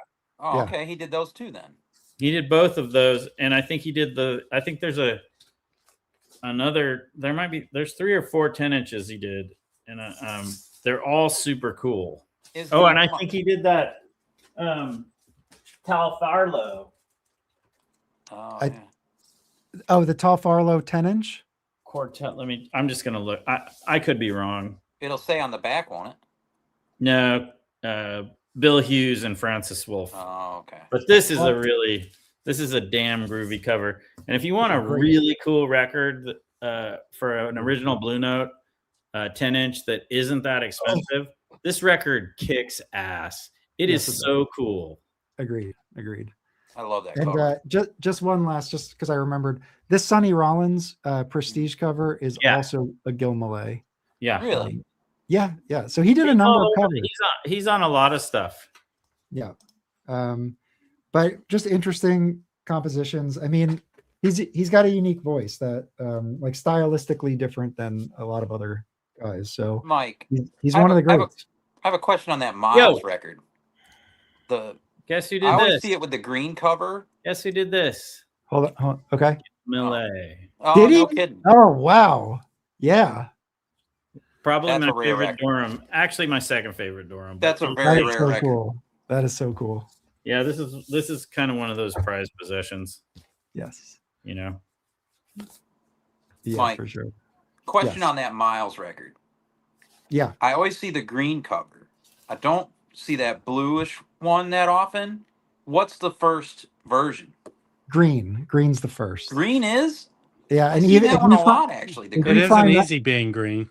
if you find that copy for even if it's trashed, that Yeah. thing's still like people list it for like $80 or $90. Like it's just like the original in VG plus condition is an expensive record. I still need to get one. I've been holding out to find one in decent shape. I find it all the time, but it's totally just trashed to okay, oblivion. Dave. Yeah. They craft reissued it as an OJC with a blue cover. Okay, well, I want an early copy. Oh, I was gonna ask. Well, Mike we something. can't always get what we want. I used to have I I have the blue cover. I think I had no. I had a green cover, which I think is the second pressing. Yeah. Right. And that went Donald's way because I was like, oh, I'll keep the blue. He didn't have it. Or he had like a Chad reissue of it or something. Right. And he's like, oh no, I'd rather have an early one. So that went his way, along with my Miles Workin. I had a second pressing red orange cover. Oh shit! Yeah, Super cool. And Donald got that. I have that, Brandon. I have that red one for working. Let's see that. I want to see damn that. Donald. I haven't seen that one in a long It's time. super cool. Yeah. To be honest, the reddish, it's almost like a cadmium. It's such a cool color. Oh, yeah. It's almost better than the original. Let's see this. Yeah. Oh, dude, yeah. That's dope. And who did the photo of that? I forget. It says on the bottom, of the front. Oh, Where the hell did you find that? Oh, this was, I think, Esmond Edwards. Is that right? Yes. Okay. He did a bunch of prestige stuff. I think he did that. That really cool cover of the. I'll have to double check. You know the at the train tracks the Curtis Fuller new trombone. Yeah. Yeah. He did some he did a really lot. cool photos. So But, check this out. Donald now has. I'm pretty sure Donald has the red cover. I mean, he's given me so many cool records. So I put my reissue, the AP reissue of Workin. Oh, this is Steve. I mixed up the records in these jackets. I got to fix that. Oh, you have working steam. This is the AP of Steam. Do you have a Washin? Yeah, the lost anyway. one. Hey, Mike, you were talking the other night and you said that the new Miles Davis Quintet was the first jazz record you bought. Is that right? No, the first Miles record I bought. Oh, okay, all right. Yeah, that was the first Miles record I bought. Yeah. You were on the Monday night show. Yeah, because Chris Grooseeker asked me to come up. Yeah, that was cool. we message each other, pretty frequently. Yeah, I met him at WFMU. Nice guy, Yeah. man. Yeah, he's a great guy. Tall, easy to find. Yeah. You're at the convention. Him and Brandon, you can't miss those guys. Yeah. Hey, I'm gonna leave in like 20 minutes. I got okay. some. I don't have a lot of records, but I found 2 kick-ass records today. So I found this OG mono promo copy. Oh, how cool. Yeah. Damn. There's the promo. It actually says, what does that say? What? Review copy. Review copy. Mhm. This is really good. So this is Harold Mayburn, Tony Williams on bass, and Ron McCurdy. This sounds... Brandon, I think, recommended an Art Farmer record on Atlantic. I have it. This seems a little more ahead of its time. Was this like early 60s? Sounds a little more forward. It really is good. The one I recommended, I think, has Pete LaRocca on drums. Yeah. It's This Well, Pete LaRocca was pushing Not stuff the forward. not the That's Swedish one. no. Oh, I love that one. That one's great This- too. that kind of like a little deep groovy there. So found that good. Rockaway Records here, which pretty much they've moved into the posters, autographs, and all that. So yet appointment only, but occasionally, like on Fridays, they'll open it up and they had 20% off. So I got that, and then this one is I believe, a second pressing. Ooh. Yeah. Of and this is really good. Mal Waldron. Boy, the jacket's in really nice shape. Oh no, it is. I did a little repair, like they were splitting like in the edge, okay. but This one, Rob. Presents well. Singing yeah, South that Blues. I'd say it's sort of similar to that record. This one, Yeah. Well, this is the Bostra yeah, rhythm section. Mhm. Steve Kuhn, Steve Swallow, and Pete LaRocca. Except Wow. no Joe Henderson. You've got Art Farmer. So, Very and this cool. record's phenomenal. And this used Yeah. to be a $10 record, and I think it's Yeah. 30. After you recommended it, I found a copy. It's really good. Yeah, it's So- fantastic. So this is a 63 maybe pressing, but it sounds it's so clean, and it was a good price for this. So Yeah. and they jam out like on side 2. There's only 2 songs. Anatomy, yeah. It is. This just kicks ass. It really is good. I don't have a ton of Paul Paul Quinichette? Quinichette. Yeah, I don't have a ton, but this, very happy with this. Excellent. Yeah. And then actually that was cheaper than the Art Farmer. Actually I found this, and I think Benny Wallace, Cheap Heat. This is a cool record. He's on Blue Note 87, and it's him and Dr. John. Dr. John plays in all but one song. And I don't know. thought that, you know, I thought that was Paul Prudhomme. Paul It Prudhomme. does look like Well, Paul Prudhomme. but I didn't know Dr. John's real name. That's his real name. He I co-wrote the song. guarantee. Yep, Max Redenbach. I actually found a sealed copy of this. I'll put in my next auction. But this is a good record.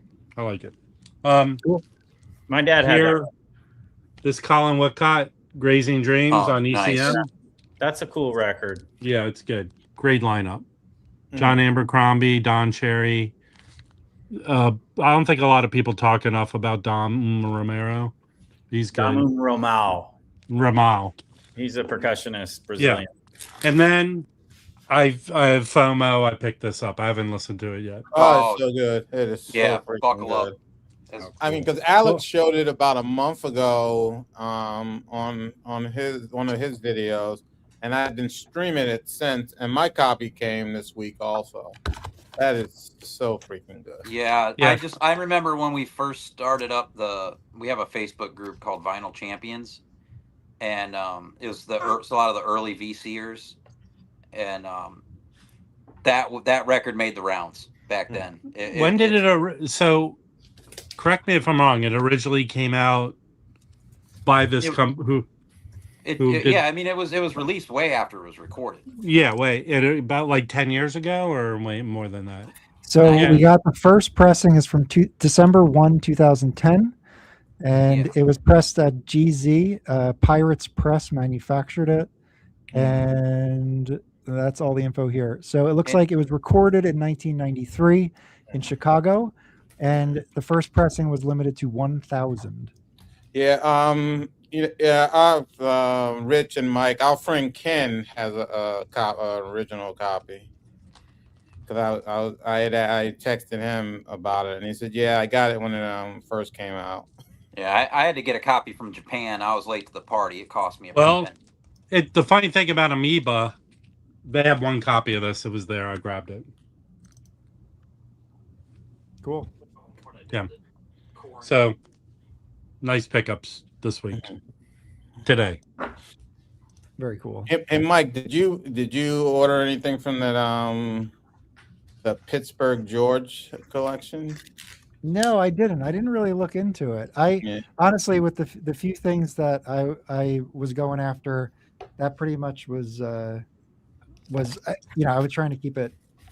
I heard the prices. I heard the prices were a little crazy on those. Well, Mike, the prices for the Blue Notes and stuff were crazy, but the other stuff, yeah, I love that album. So this is actually almost the boss for a rhythm section. Yeah.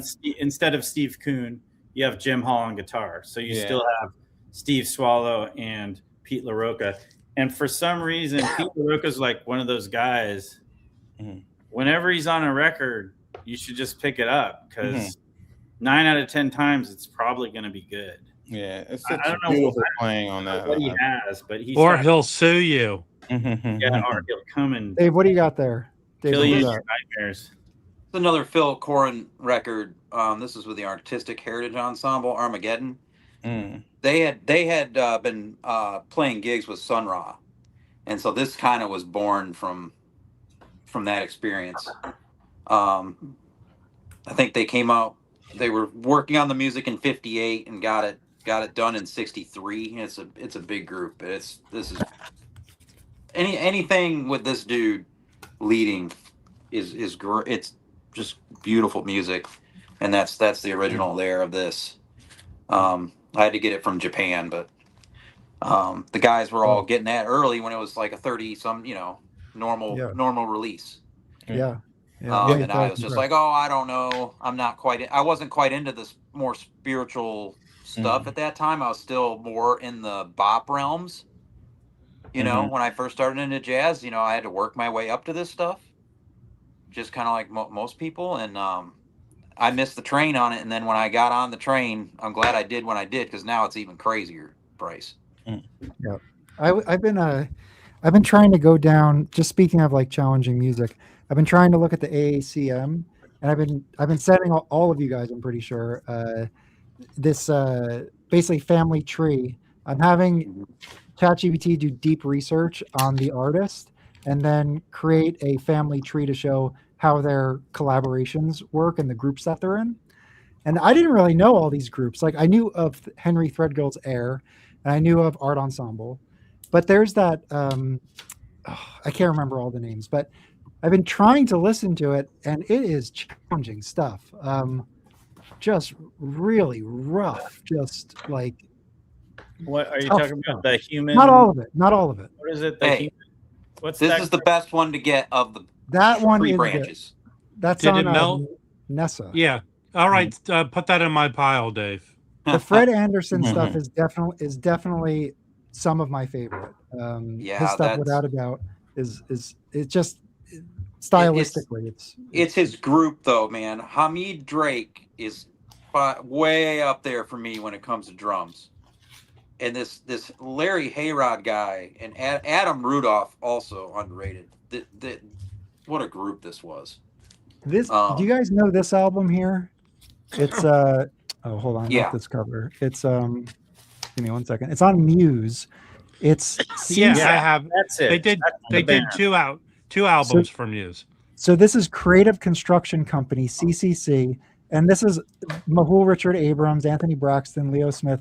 This is a rough listen. That record will melt your face. It'll melt your face. I don't know why I was thinking it was the Human Creative Corporation, but that's what I was talking about. Yeah. So I've been listening to it.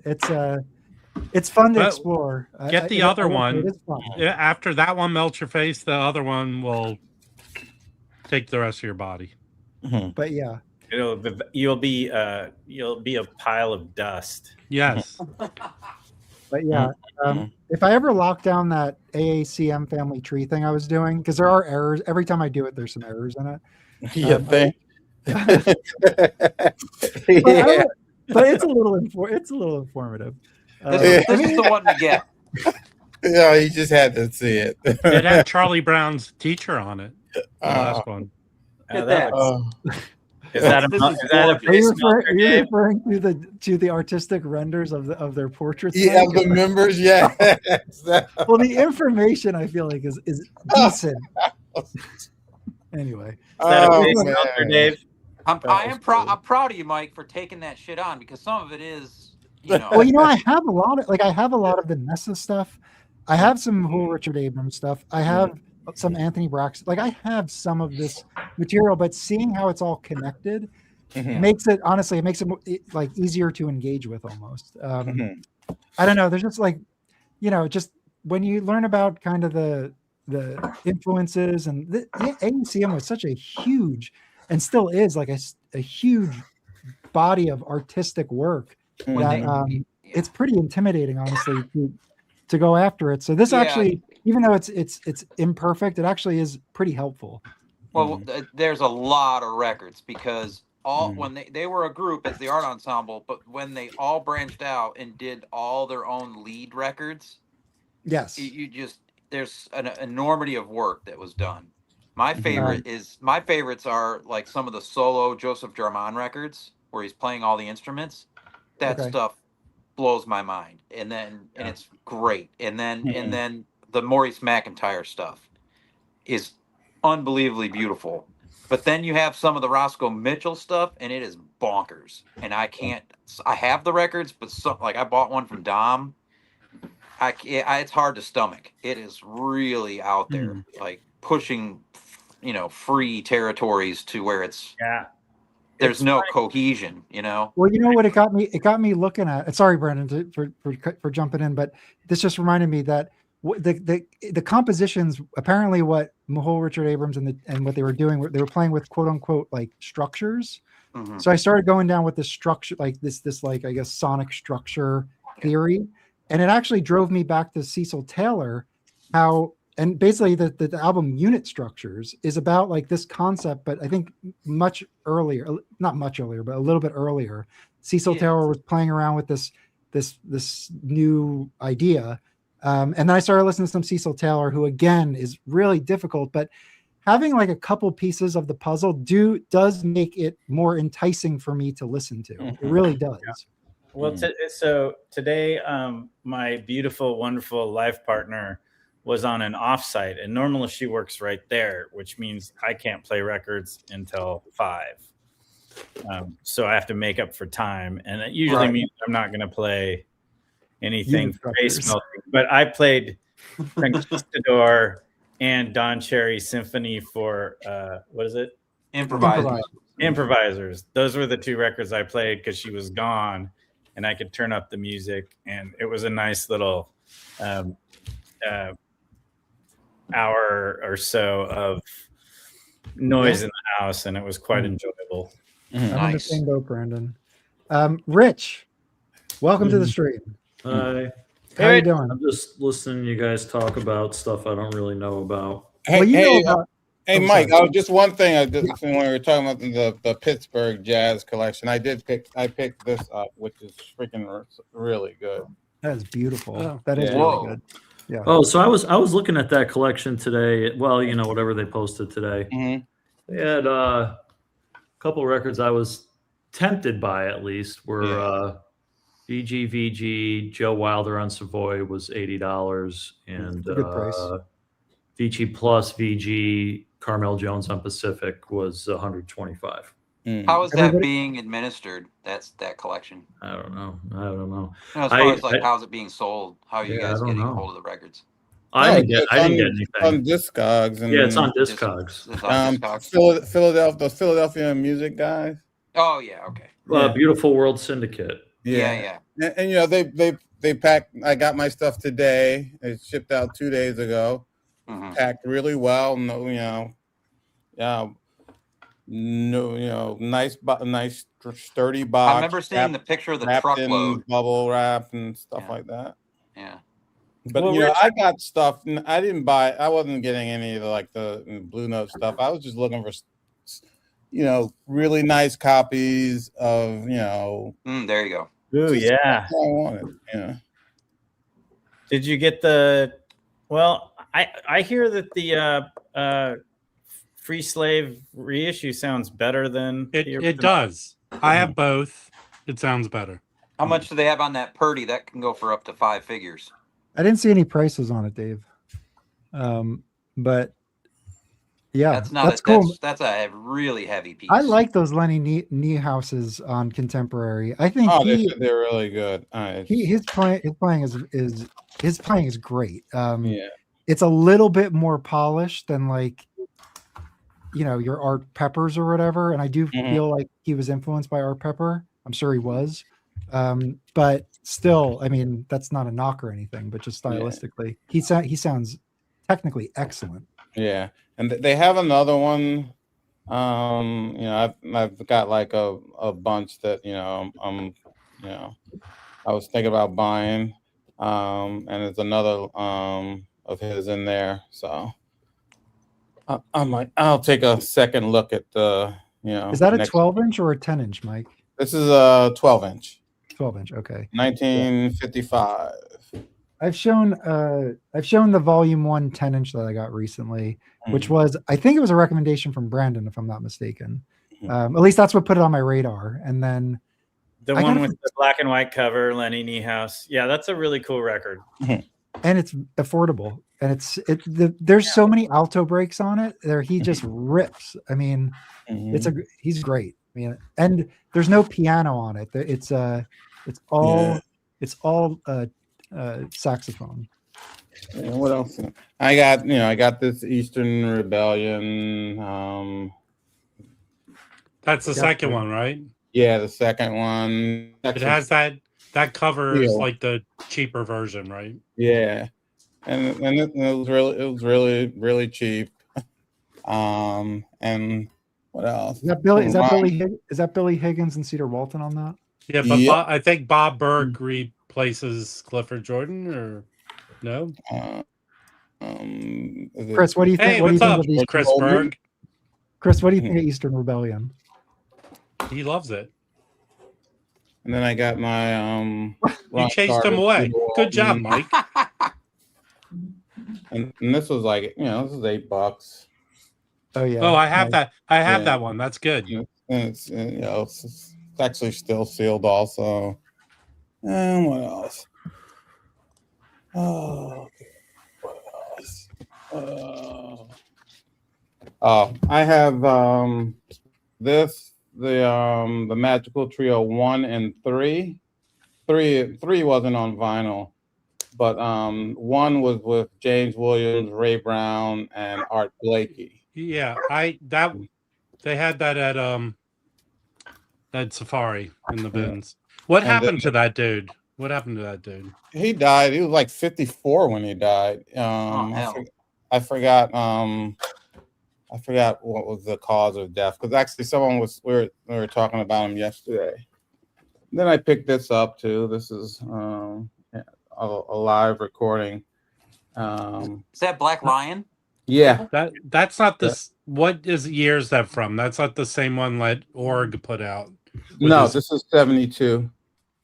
You know what I'm talking about, right? Yeah. I have the one that Org put out here. And this is Kenny Drew, NHOP, and Tootie Heath on drums. That's live. That's really good. I've listened to that before. And NHOP and Tootie Heath.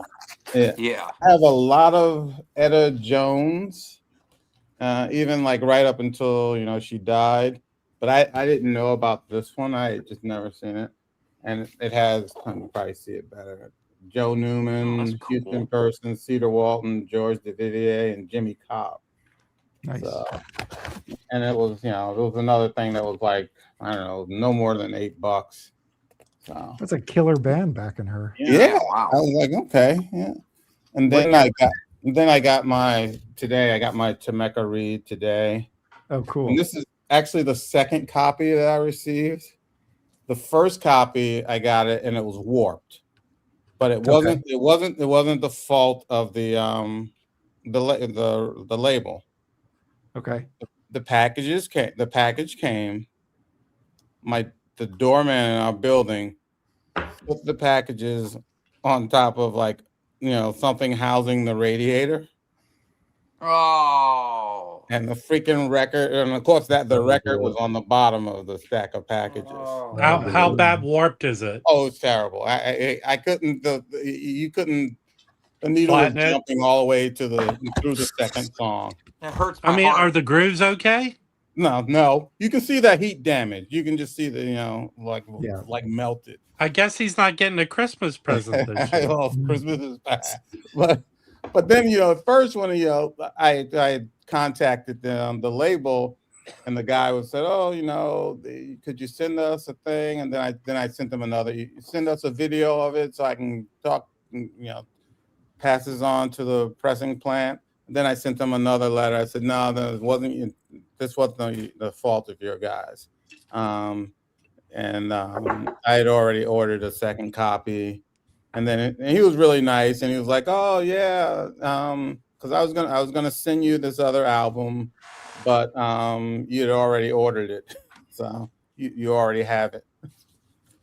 But yeah, so this came today too. Nice. And then what else did I get? Oh, I got this is Ahmad Jamal from the 90s.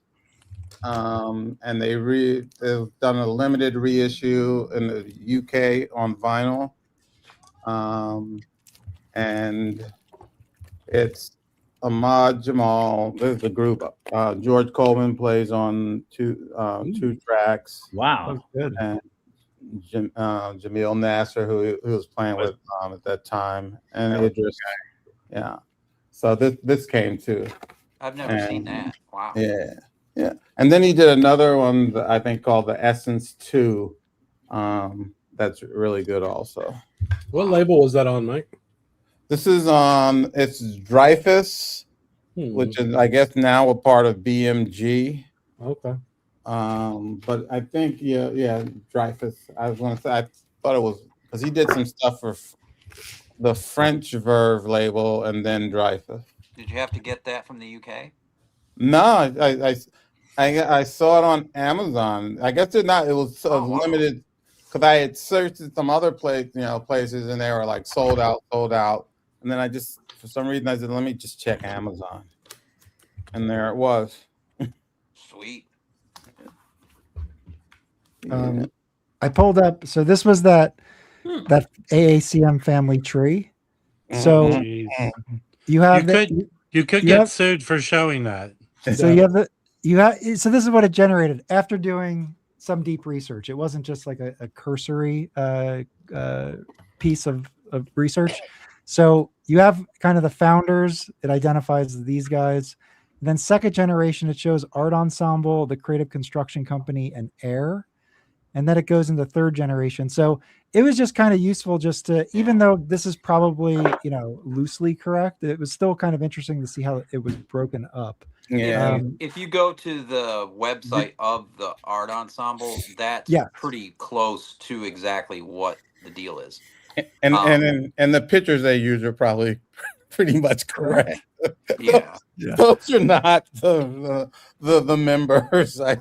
One last thing. Breakfast King sent this over on Instagram, and this is a score for an Art Ensemble performance. So this was their music. I have a flyer for them that some guy sold me at a convention right here.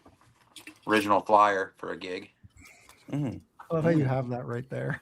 Yeah, it's just right here on above the records. This was at Freedom Plaza.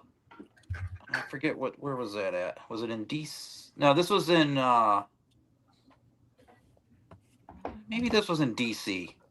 All right. Where's Freedom Plaza? Is that in DC? 14th and Penn? Let me work in Rich here. Yeah, that was in DC. So Rich, what do you think of Cecil Taylor's unit structures? I don't know. I would have heard Cecil Taylor's his transition LP at one point. Okay. And it didn't appeal to me. And then, from there, I just basically heard that Rudy wouldn't let him play his piano. He had to bring in his own piano. He really did. Rudy wouldn't let him play the Steinway. Well, So I was just like, yeah, nah. No, this ain't my your kind bag. of thing, man. This ain't my kind of thing. My taste aligns with Rudy Van Gelder's pretty consistently. Maybe Rudy was the reason why he went to what was the piano he used? The Bosendorfer. That was the big German Bosendorf. Yeah, the German. Yeah, that became his I guess his required piano. Later on. I will say the concept of structures as you're describing it, Mike, sounds really interesting, and I don't know anything about it. Well, I'll probably keep going down. If I find anything interesting, I'll share it with you.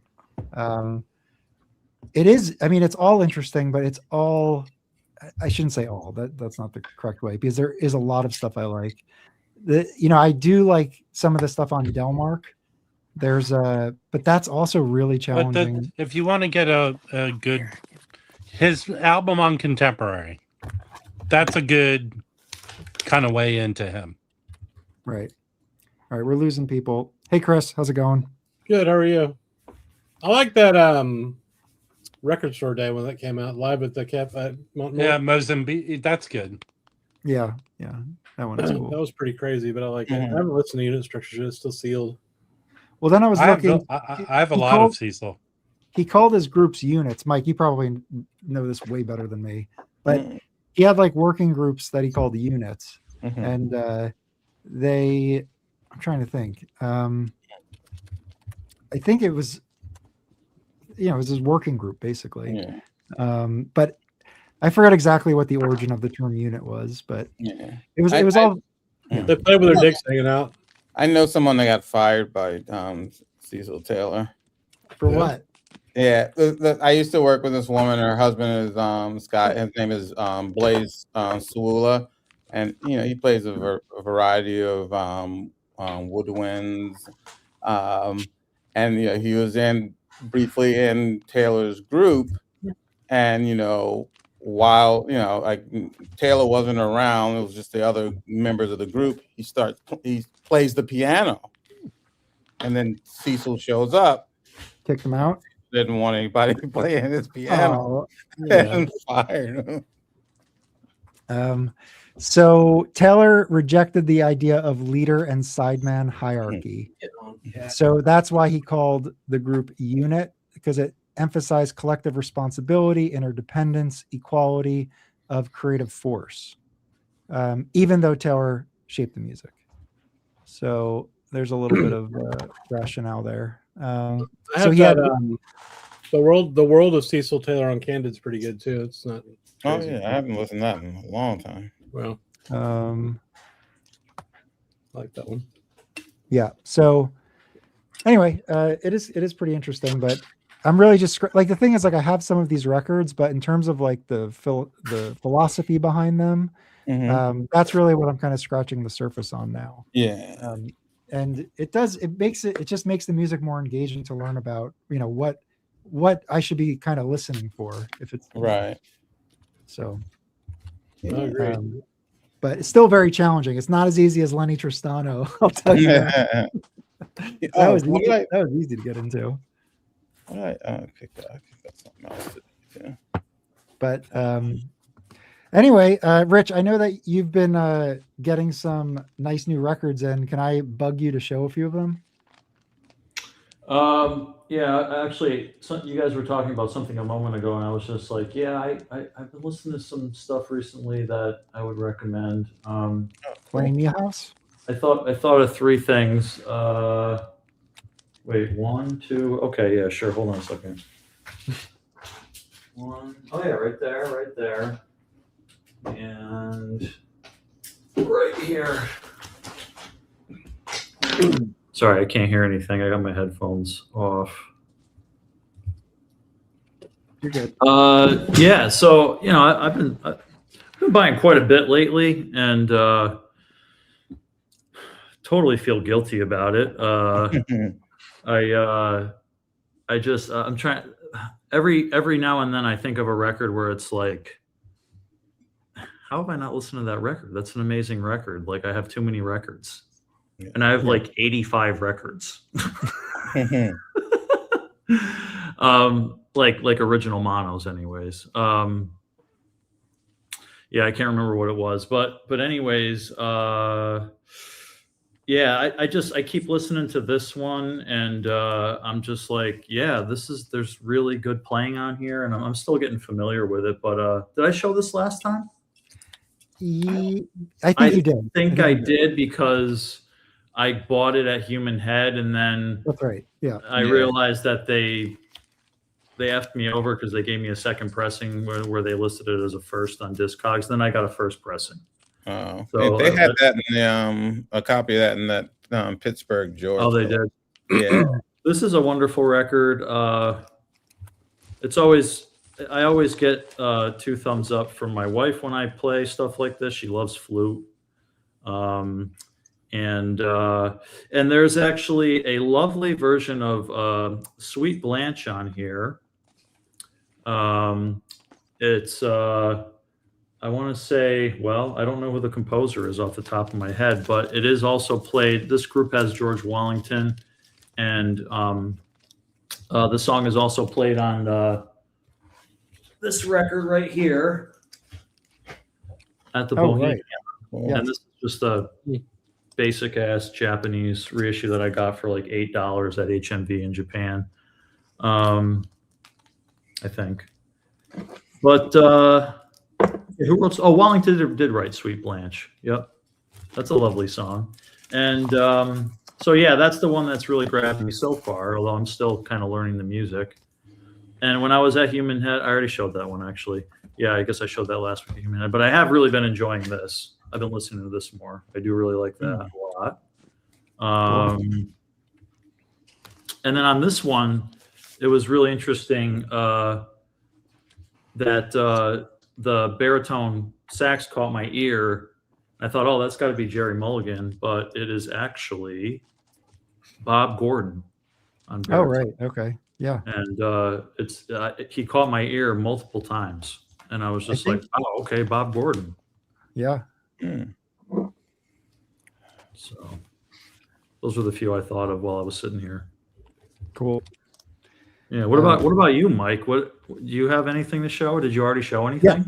Well, I showed the Gil Melle. Oh, you did. Well, can you summarize the conversation about that? Well, we were just talking about him as an artist, where this title fits in his catalog, and then we also jumped into him being a designer.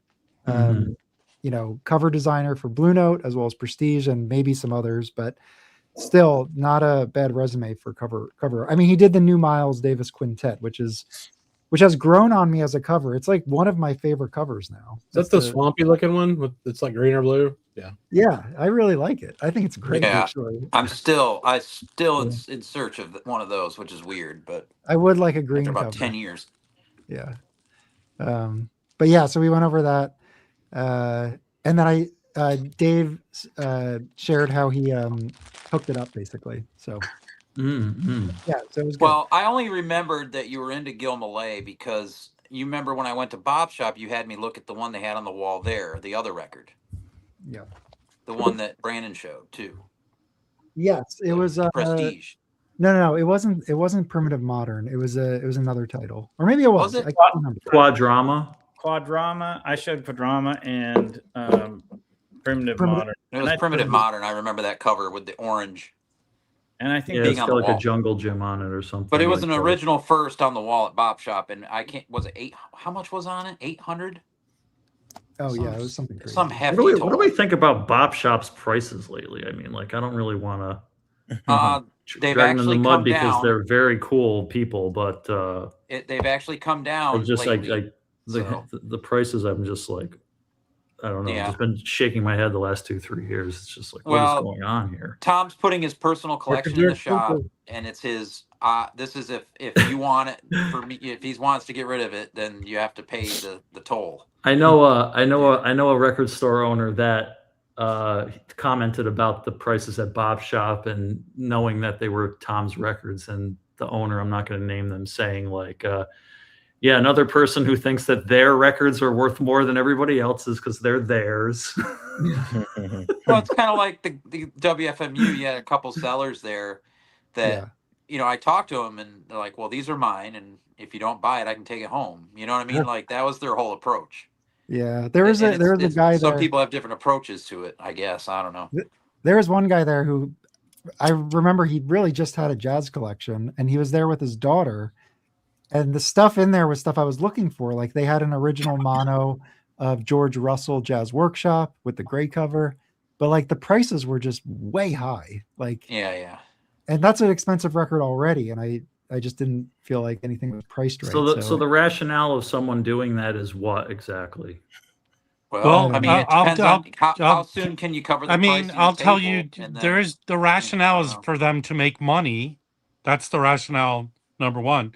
So my local record store had a really nice Red Garland in Bluesville stereo, 1959. Okay. He had it for $109. That's high for that record, the stereo version. I looked up, and I could probably get one for $50 to $60. And you can go in the store and find stuff cheaper, but his rent. There's so many factors in running a business.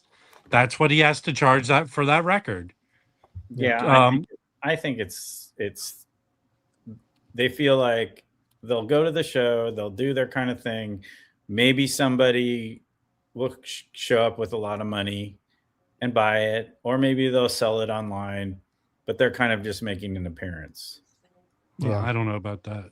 I mean, how much are the tables at the show and trucking all the records there and all that shit? Well, all right, let's get back to Joe about this. He basically said, without saying it out loud, I put the FU price on these records because they're my records, and I only do this show once a year. And if some go, great. If they don't, great. They're still mine, and they're at my house. I don't know. And also, I mean, it's hard to find a deal. I mean, for me, some of the fun is just like finding the deal, and a lot of you can get a lot of great records right now, but you're going to pay a lot of money for them.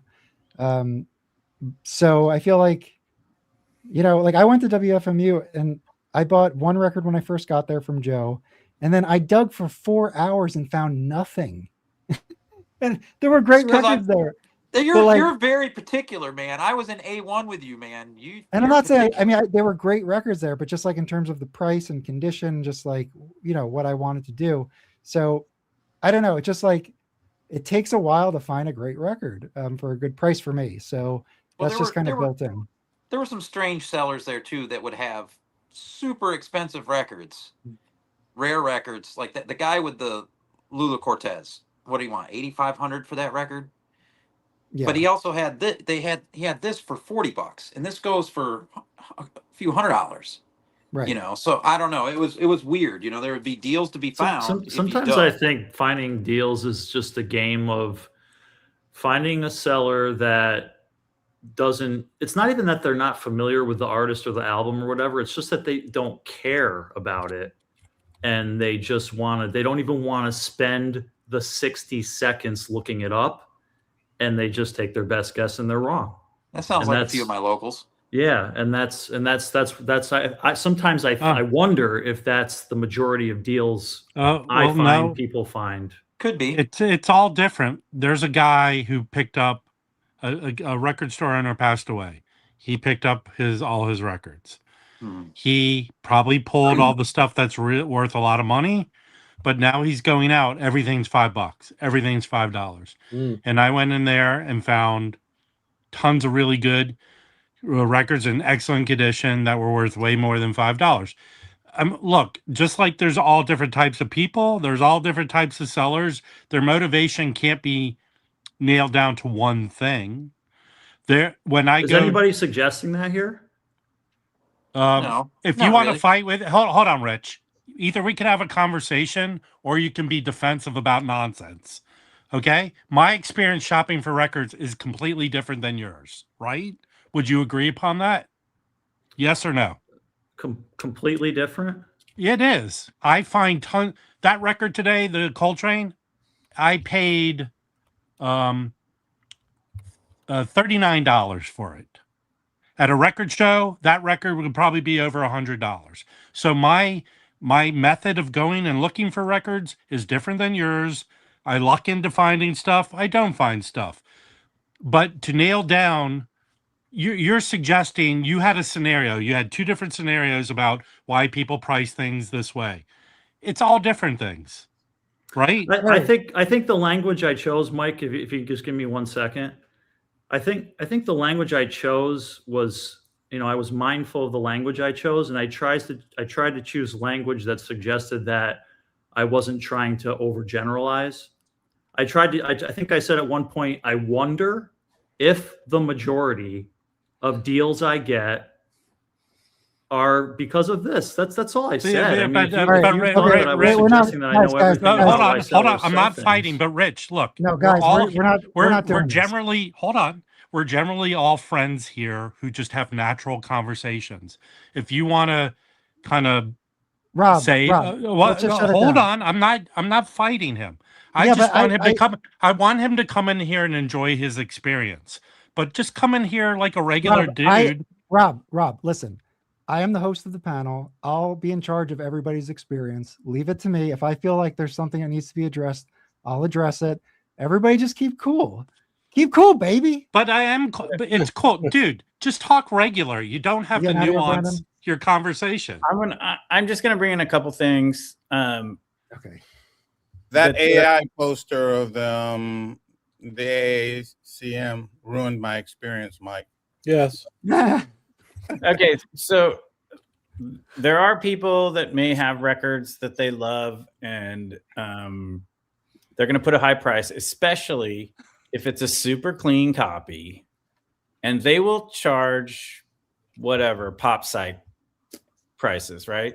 They'll go find the highest, and they're waiting for the person, and they will find that person eventually.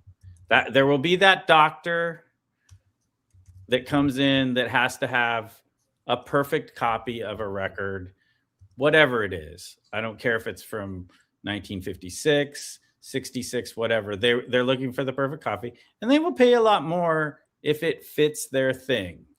Also, number 2, records on the West Coast are way cheaper than Manhattan.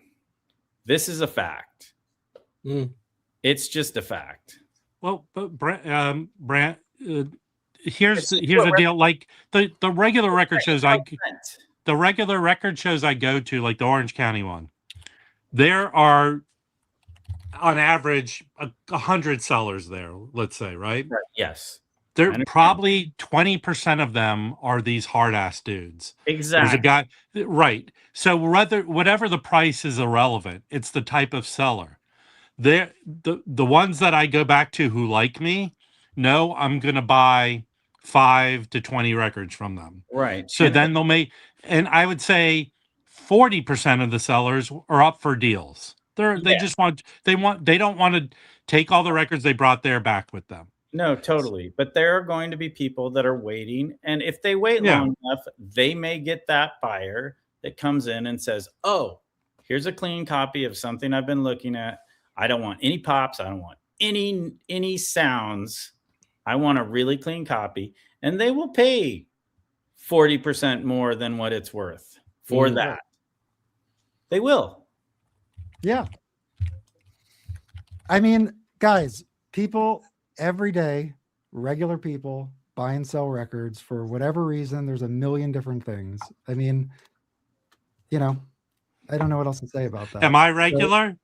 So I just feel like, me personally, I just try to sift through 99.9% of everything and just find that one good opportunity. And it could happen because of a million different reasons. Also, it as someone who's been buying records for buying 30 years. No, I'm not going to go that far. Seriously, buying jazz records for 15 years, it has changed a lot, and it will change again. And prices are coming down. They are. Maybe not on like deep groove original Blue Notes. Those prices are not going to come down.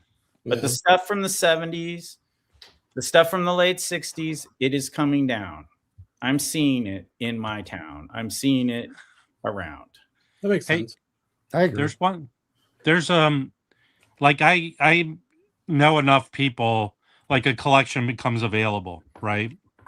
And the stores right now, it seems like the stores are very sparse. Collections haven't been coming in regularly. So then they're forced to pay what a seller wants to sell their collection for. They have to make up for it somehow, right? Yeah. And I always feel like if a collection sold, only 30% of those records are worth any kind of money. Here's another example. Yeah. People do come to buy jazz from other countries. They make trips to buy jazz. They have a want list. They may have to pay $200 more than what it's worth because they really want to go home with that record. And that guy who's a dick at the show, who's selling something for 20 to 30% more than it's worth, or 40% more than it's worth, that person might show up and buy it. And they're happy. Everybody's happy. Yeah. I'll just interject there. Everybody's happy, but the person that wanted to buy it for the normal regular price, everybody's not happy. Couldn't afford what I'm it. saying is those two people. And there's a huge amount of passionate record collectors out there that won't get that record. And I mean, this is the biggest first world problem you could possibly imagine. But you gotta, I'm sorry, but you gotta realize you're not gonna always get what you want. I will say this. If you're meant to have a record, it will find its way to you. I think there's some truth to that. I believe in the record gods. Yeah. I mean, actually, I think that there's a cosmic thing that goes on with me where when I start to overdo it, I start getting more and more overgraded records. I really think that happens. Yeah, I don't know. I've gone through so many different phases of being insane about it and not insane about it, and I think it's better to just let it come. All right, let me jump in with a record. What did you're very sexual referencing tonight, Brandon. Okay. You're the only one that sees it. I mean, what? You want to go on a date? No. All right. I don't know what's going on with my camera. I know you're all blurred. You've got the I think when I hold up the record, got the Carrie Lake filter on. All right, there we go. Sure. So this is the George Wallington Wow, showcase. that's shinier than it looked on eBay, man. It's really beautiful. I mean, all the seams are nice condition, back's in good condition. It plays fantastic too. I listened to this earlier, and it's a Wallington. Wallington is one of my favorites, so this was on my want list for quite a while, and it came up for a really good price. So I negotiated it a little bit more down and got it sent. So, but yeah, Blue Note 10 inches, deep groove Lexington, Plastolite, all that stuff, in clean condition. They're just so good. I mean, this is such a good session. And it's arranged by Quincy Jones. Brandon, do you know this session? I don't know that session. The Rob, only do you know this one? I know are I think the Prestige ones. Oh, was that put into a 12-inch, Mike? I don't think so. No, I don't think so. But it's Frank Foster, Dave Burns on trumpet. Dave Burns has like a record on Vanguard or something. I'll grab it. You have it? Oh, it's one of my favorites. Oh, cool. Okay. James Cleveland trombone. It's so much one of my favorites. It's in that like the 30 record, easy to grab. Nice. Cool. And this one. Oh yeah. Vanguard. It is on Vanguard. Nice. So yeah, this is another one of those records where like after the first 15 seconds, you're in for a good time and it's going to be great all the way through. It's just, this is one of those. And let me rephrase. I don't know anything about anything, so don't listen to me. Yeah, But, are you saying that's what Dave Burns is saying, or is that what you're saying? No. I'm just saying when I get heated or anything like that. I don't know what I'm talking about. You're a stronger person than you used to be. I think that's my opinion. Nobody's heart rate should be. Let's hope I'm growing. Live stream. My goal is that the opposite happens here. Chuck Prophet has a great line. He says, "Take my advice. Don't listen to me. Get your sorry ass on down to Marineland and be all that you can be." I think when you're able to eat soup and play your face melting records, you're a better person. Yeah. Hey, man, I'm just here for the journey. I don't know anything about jazz, and that's what makes it great. Yes. All right. Well, I got another 10-inch I want to show you guys. I'll readily admit that too, Brandon. So the same seller that sold me the Wallington had this I got this for $20. This is a Serge Chaloff with Fellini. Both of these guys came out of the Herman band. And AJ Mr. Herman. Yeah, I think they were part of the Woody Herman band. And this has Russ Freeman on piano, and it's Storyville. So that's Wine's label. What's his name? George Wine. George Wine's label. And it's sorry. Go ahead. Anyway, I love this session. It's so good. What year is that? So this would probably be, it doesn't say on the back. I'm thinking 55 or maybe 54. But it's a 10-inch. So it's a 10-inch. It's really nice condition. Mike, Tariq, he goes by Raggy Waltz on Instagram. He's got a blog. He's from what's it called? Riverside, California, near LA. I don't think I know him. But he's like obsessed with Dave Brubeck. He's been researching Dave Brubeck, and I think he interviewed George Wine before he passed away. Mm-hmm. Okay. Yeah. And that would make sense, right? Because Brubeck recorded for Storyville, right? Well, Wine also operated the jazz festival at Newport Jazz Festival. Yeah. So he knew everything. Now. I mean, he was, he was involved in a lot of but yeah. So anyway, another Storyville. I've collected a few of these 10 inches. Well, there's the Connetts one.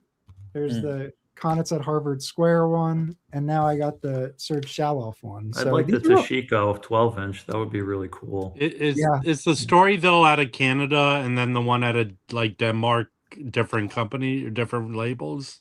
So this Storyville is out of Boston, Massachusetts, and then the one you're talking about is like Denmark. But there's also, I thought, a Canada one. Am I wrong? Maybe there might be. Might just be Canada pressings of the Storyville from Boston. It could be, but yeah. So anyway, so the Wallington and the Gil Melle, I feel like, are two things that I've wanted. Like we were talking about, maybe you can't get records just because, for whatever reason. I feel like that Gil Melle is one that I would never plan on getting. Like that thing, but there's so many Blue Notes like that. That I'll never have, and I know I'll never have them. But every once in a while, maybe you can get lucky, and that's basically what happened here. So, for the super rare ones. But yeah, that was a super score. Second pressing or whatever. That's awesome. Yeah, I'm for that price. I would have jumped on it. I would have sold some stuff to get it. Yeah. So I'm enjoying that, but it came in today, so I've only listened to it twice, and it sounds good. It's good sounding record. There's some noise on it, but it's cool. It's an extremely quiet, pretty, beautiful session. Yeah, but there's a lot of room for surface noise to get through on that session. Yeah. Side 2 plays really nice. Side 1 plays with a little bit of noise, so but I still love it. I mean, I'm down with it. Oh yeah. No, I actually lately I've been thinking more about like I'm kind of starting to like getting really good deals on VG stuff that has maybe one small section with repetitive ticks and just making out and you know, getting a really good deal and just being okay with it, you know. Yeah. There's a original mono Coltrane at the Vanguard on Discogs for like $45, and it's VG, and the description's good. The person seems like they're fully accurately describing the play grade, and it's just like I could get that with maybe a couple ticks, or I could pay 100, 120, 150 for one that doesn't have any ticks. You know what I mean? It's like Brandon was saying about, you know, just I'm not a doctor, I'm a teacher. Well, it's not even that. It's like the owner at Dig Records, Scott's. We always talk about the golden handcuffs. You know, your system becomes so perfect and everything, and then you have to get a record.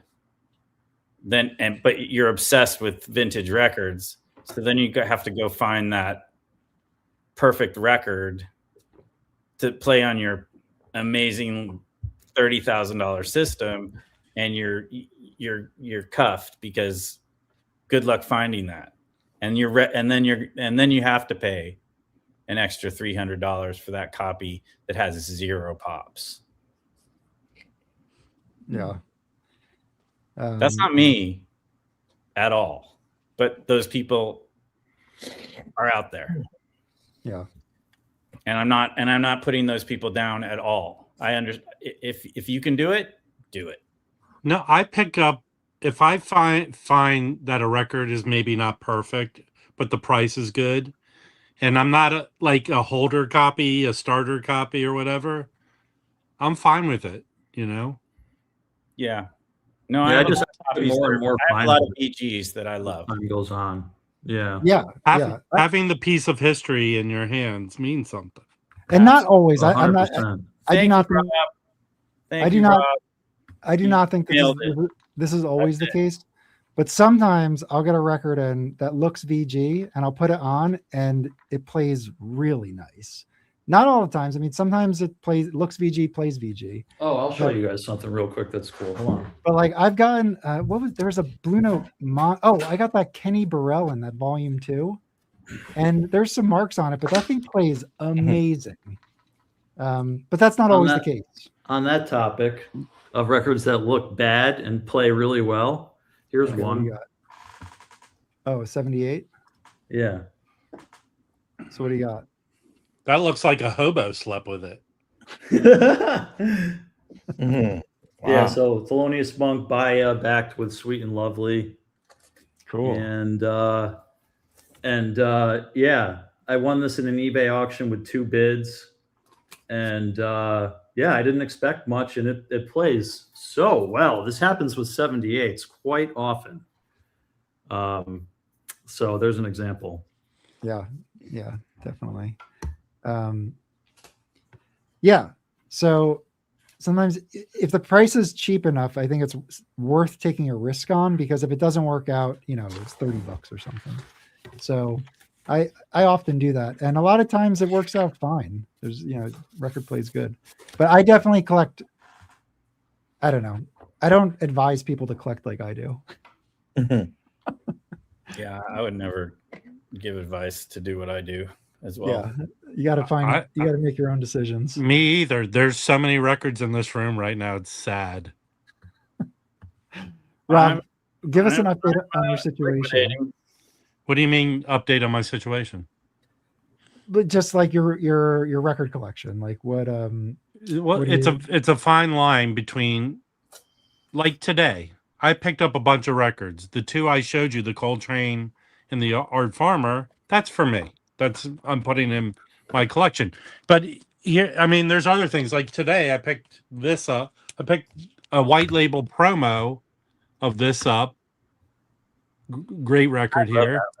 I love that record. But I swapped it out with my version, and then I put it in the auction pile. Like I went out the non-jazz record, but I found this really cheap. This Pink Floyd The Wall, but this thing goes for 75 or more. I found this for $15. What was the Muse? I didn't see it. The music. Oh, I have to. Now I'm gonna have to put it in Chris's pile. What is it? Oh yeah, dude. Do I have to put this in your pile? Yeah, dude. Yeah, that looks cool. Yeah, Chris, it's really cool. Thanks for bringing that up, Mike. Now I have to put it in his pile. Yes. Oh man. So, I'm gonna go for like another 10 minutes or so. But Chris, I don't know if you want to take over. I don't know. Maybe. What's up with you? You've been quiet this whole stream. I've been wrestling fucking bullshit. Yeah. Like, How cold? What's the weather like right now for you? it's fine right now, but at like 3:00, it's gonna be pretty bad. Do you think it's gonna be 3 inches of ice? No, we were supposed to get maybe an inch ice and then maybe some snow, but it's just I'm worried about the power grid more than anything else. Because we're in Texas and we're ruled by fucking idiots. So yeah. How long is your generator run for if you have no power? I don't know. We put 5 gallons in it probably for a while. It'll run a couple of space heaters. That's about it. Which is fine. But yeah, I fucked with that thing all afternoon getting it to run because it hasn't had to rebuild the carburetor and shit. It was a pain in the ass. But it's running now, so if I need it, I'll have it, I guess, which will be cool. But yeah, I smell like gas. So, Mike, can you recommend an AACM affiliated record for me, please? Given what you know about my taste, I guess. You already said it yourself. Fred Anderson, yeah. Yeah, but his stuff is like hundreds and hundreds of dollars. CDs. Well, no, there's Fred Anderson recorded for years. There's I'm trying to think. I guess there's what's that German? More Music. They have a cheap version of one of his records. And there's something not too. It's back in the early 2000s that he did with Hamid Drake, and Jeff Parker might even be on it. That's they reissued not too long ago on LP. Let me see if I can bring it up. Okay. And then he did another one that you can find recent, not too much, with Robert Barry, who was a drummer that had played with Sun Ra. It's just those two guys, the duo. It's really good.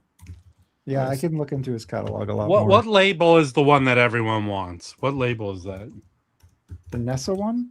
The one? Yeah. There's still a legit label operating, right? I have no clue. Yeah, Why haven't they reissued that? Why? I mean, it's not like their catalog's gigantic, right? I guess maybe they don't actually have the money to do it. Rob, you should reissue them. You should reach out. I am trying. I've got like 5-6 irons in the fire. Okay. Cool. Oh, Missing Link. Yeah, that's it. Yeah, I was referring to as those early LPs. Those are all quite expensive. But yeah. Anyway, I've been with this bot trying to create a database of all these fucking records. It's kind of a pain in the ass. So what's the update? Is that the update? Yeah, I've got most of the Blue Note shit. So I'm building a database so we can use that as the front end for the bot, basically, because ChatGPT is just stupid. Like it. You can't write code that goes into Discogs, or no? Yeah, that's what I'm doing. Yeah, I'm starting with Wiki. I started with Jazz Disco, which is actually a pretty decent site for the older labels, and then I'm scraping through Wikipedia right now to get any information that they have that wasn't, on the Jazz Disco site, including like album pictures and shit. So I went through most of the Blue Note. I'm almost done with Prestige. It's just really difficult to get it to scrape that shit right, because every page is a little different, like every album page is a little bit different, but it's working pretty well now. So the goal is to get a giant database full of records and accurate information, and then use that kind of as the let's call it a RAG, but use it as a front end for the bot to be able to talk about shit more accurately. So you can ask it questions like, show me all the records that Miles and Herbie played on in 1963 or something, and it'll be actually accurate enough to be able to figure that out. Assuming I have every record in the database, which will never happen, but Yeah, well, that's pretty cool. There's about 10,000 in there now. for us stupid people, Chris, like, what if I type it into Chat GPT? What kind of access does that have? Well, it has access to everything, but it tends to make shit up or guess. Okay. Right, especially when you're doing like a when it's doing figuring out what the record is from the picture of the record. Mm-hmm. Like usually, if the title's there, it usually does a decent job. But then it'll just make up who's playing. Sometimes it'll switch a person out because it'll think, hey, Herbie Hancock played with this guy during this time, so I'll put him on there because he was probably the bass player. Oh no, it was somebody else. So that's kind of what it does sometimes. I mean, I use Bandcamp for modern records. Yeah, when I get there, I'm stuck in like the 60s right now. But yeah. And Mike, so as far as AACM, so which you want the first generation or? Yeah. I think how I collect. I kind of go chronologically, but but I do feel like I have a good sense. Like I know the Braxton 4 alto. I know the Muhal Richard Abrams on Delmark. Okay. I mean, I know of it. I mean, I don't, I'm like memorized, but like, I'm aware of, this. And I feel like what I want to do is listen to those through the lens of understanding what the AACM was trying to do. Because one thing that I learned is that the art ensemble, they're kind of unique in the sense that they were performative beyond the music. Like they would have like full like regalia of African wardrobe. I don't know too much about it, but that was like a performance piece that was very unique to the art ensemble. So like I kind of wanted to learn about all those different projects or groups and kind of figure out what each one was contributing and who was the leaders of them. But again, the music sometimes is so challenging. It doesn't make it like I can't just be listening to that all day, with, Carolina around and like, it's tough stuff, it's honestly like it's tough, so what do you think about that?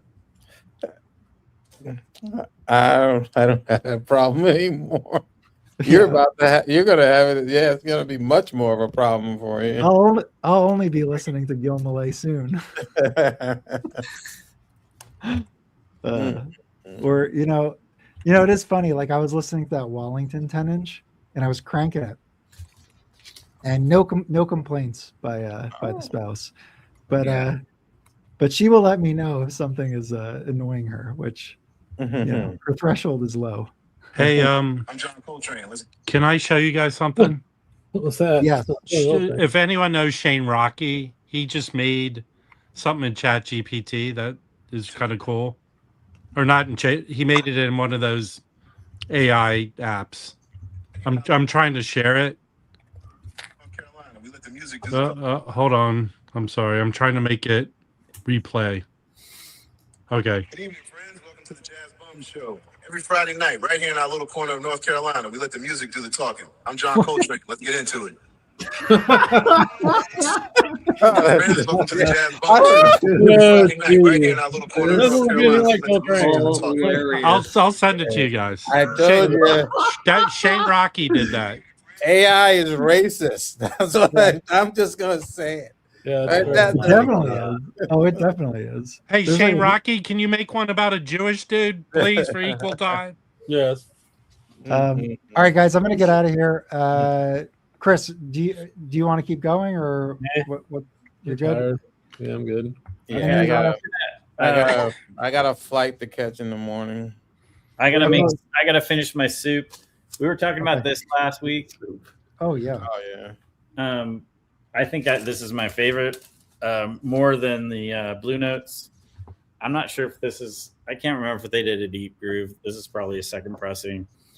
It sounds great. It's not recycled vinyl. Always a plus. Huh? Yeah, so that's usually a plus. Yeah. There's no hiss track. But yeah, AB. this is probably my favorite Reese because I think last week we were talking about Dizzy Reese. Yeah. Nice. It's not it's not AB. What? AB in the Dead Wax. Let me look. You know what else I need for the bot though is another place that has like track listings and times. I mean, Wikipedia is good when it has it, but if the album doesn't exist, it's really kind of hard. Maybe I can try Discogs as a secondary source. It's such a pain in the ass though, because they have like 150 versions of every fucking record. The API kind of sucks. I don't know. Oh, it's got Van Gelder. It's got Mr. Van Gelder in the Deadwalks, not RVG. The whole name. Van Gelder. I honestly, I don't know if it has AB because I don't think it does. Right. Oh yeah, it does. There it is. AB. Chris, the thing that's the most frustrating about Discogs and the way it's structured is like if you want to pick an artist and just see their stuff, right? Not even stuff that they were sidemen on, but like stuff that they were basically leaders on. You really can't easily, right? Because if they called it a quartet, it's in a different artist ID. And then I've realized the best way to go about that on Discogs is go to credits. I don't know if anybody else does that, but if you go to credits, then you'll see the page populate with everything they played on, which is more than them as a leader. But that's I feel like that's the next best you can do on Discogs. But yeah, that is very frustrating.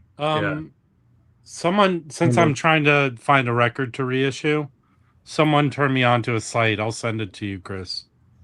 So it's a way of finding out. It's like who has the publishing for a song that has all these song stuff in it. This is like ASCAP or whatever. Something like that. Yeah. I was going down the composer path for a bit, and some of the records have like composer credits, but I was like, fuck that, it's too much.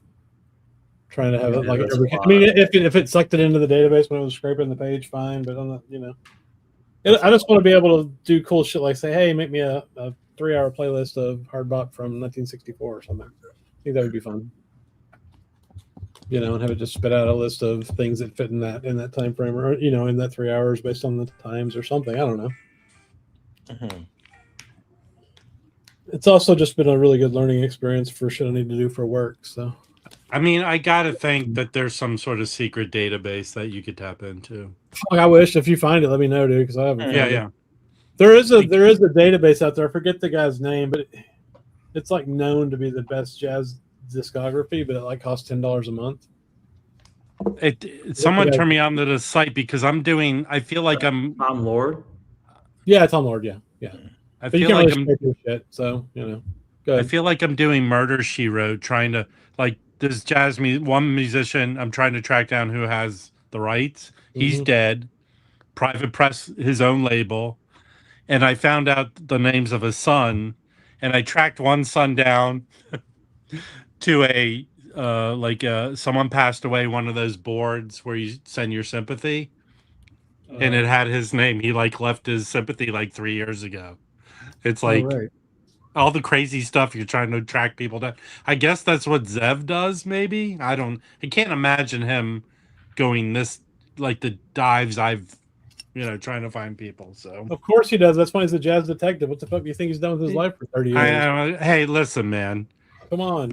I'm gonna tell you, I will bet all the money I have in the bank. Yeah. That Peter Falk never ever solved a crime. Never happened. No. He just played it on TV. Yeah. This seems like the worst thing we could possibly do, Mike. What's that? The comment on the screen. Yeah, that's a great idea from someone who's not doing it. Yeah. That's like the people that say, "Hey, you're a great chef. Why don't you open a restaurant?" Yeah. Double hire the wax, maybe. I don't need anyone to hire. I mean, this is the fun of it. Learning. Yeah. Still learning. Doing all this stuff is learning. It's true. I mean, that's kind of the way when I go out buying records, 90% of it is me learning. Yeah. Look at the record, find it on Discogs, read about it, all that stuff. Yeah. What do you mean Noble Records can do it? Anyone can. He's got a pile of money and owns a giant record store and has a YouTube channel with 1 billion viewers. And was his existence purpose made. Lifelong record, also a lifelong record collector that has bought and sold records for I think 30 years. Dylan is a great, nice guy, right? And I've hung out with him. Talked to Uh-oh. him. Very nice person. But you All right, I'm gonna have shut to down the think. stream now. You have to think the records he finds. There's some sort of component to it of manufacturing a demand, right? Well, yeah. What? Like I talked to a record store owner. Records from the late 60s, early 70s that were put out on Capitol, if they were not popular records, didn't sell well, they didn't punch holes in them. They didn't make cutouts of them. They destroyed them. Who? They destroyed them. So they've created a rarity. So there's that record, Gandalf record, that came out for Record Store Day. That's a Capitol record that they destroyed all the stock. So they created a scenario that years later, people started saying, hey, this is a good record. And now it's scarce and it's hard to find. And now it costs a lot of money. Is it like when they had to bury all the ET cartridges for Atari? Yes, or yeah, exactly like that. Y'all know that story, right? Remember when they dug that shit up? Have you seen the movie? Oh yeah, E.T. is the best game ever made, so that's a great story. It doesn't even. It was like broken, like totally. It didn't even. You couldn't even play it. I mean, but as a It but it's ruined the same. Atari. No, it's known as the worst game ever made. I was just making a joke. I All know. right, guys, I do have to shut it down. I got to get out of here. But All thanks right. everybody for joining. Spirited debate, but love Hey, everybody here. Keep digging We're all fun. friends. Keep digging Thank you fun. for joining. See you guys, and yeah, later.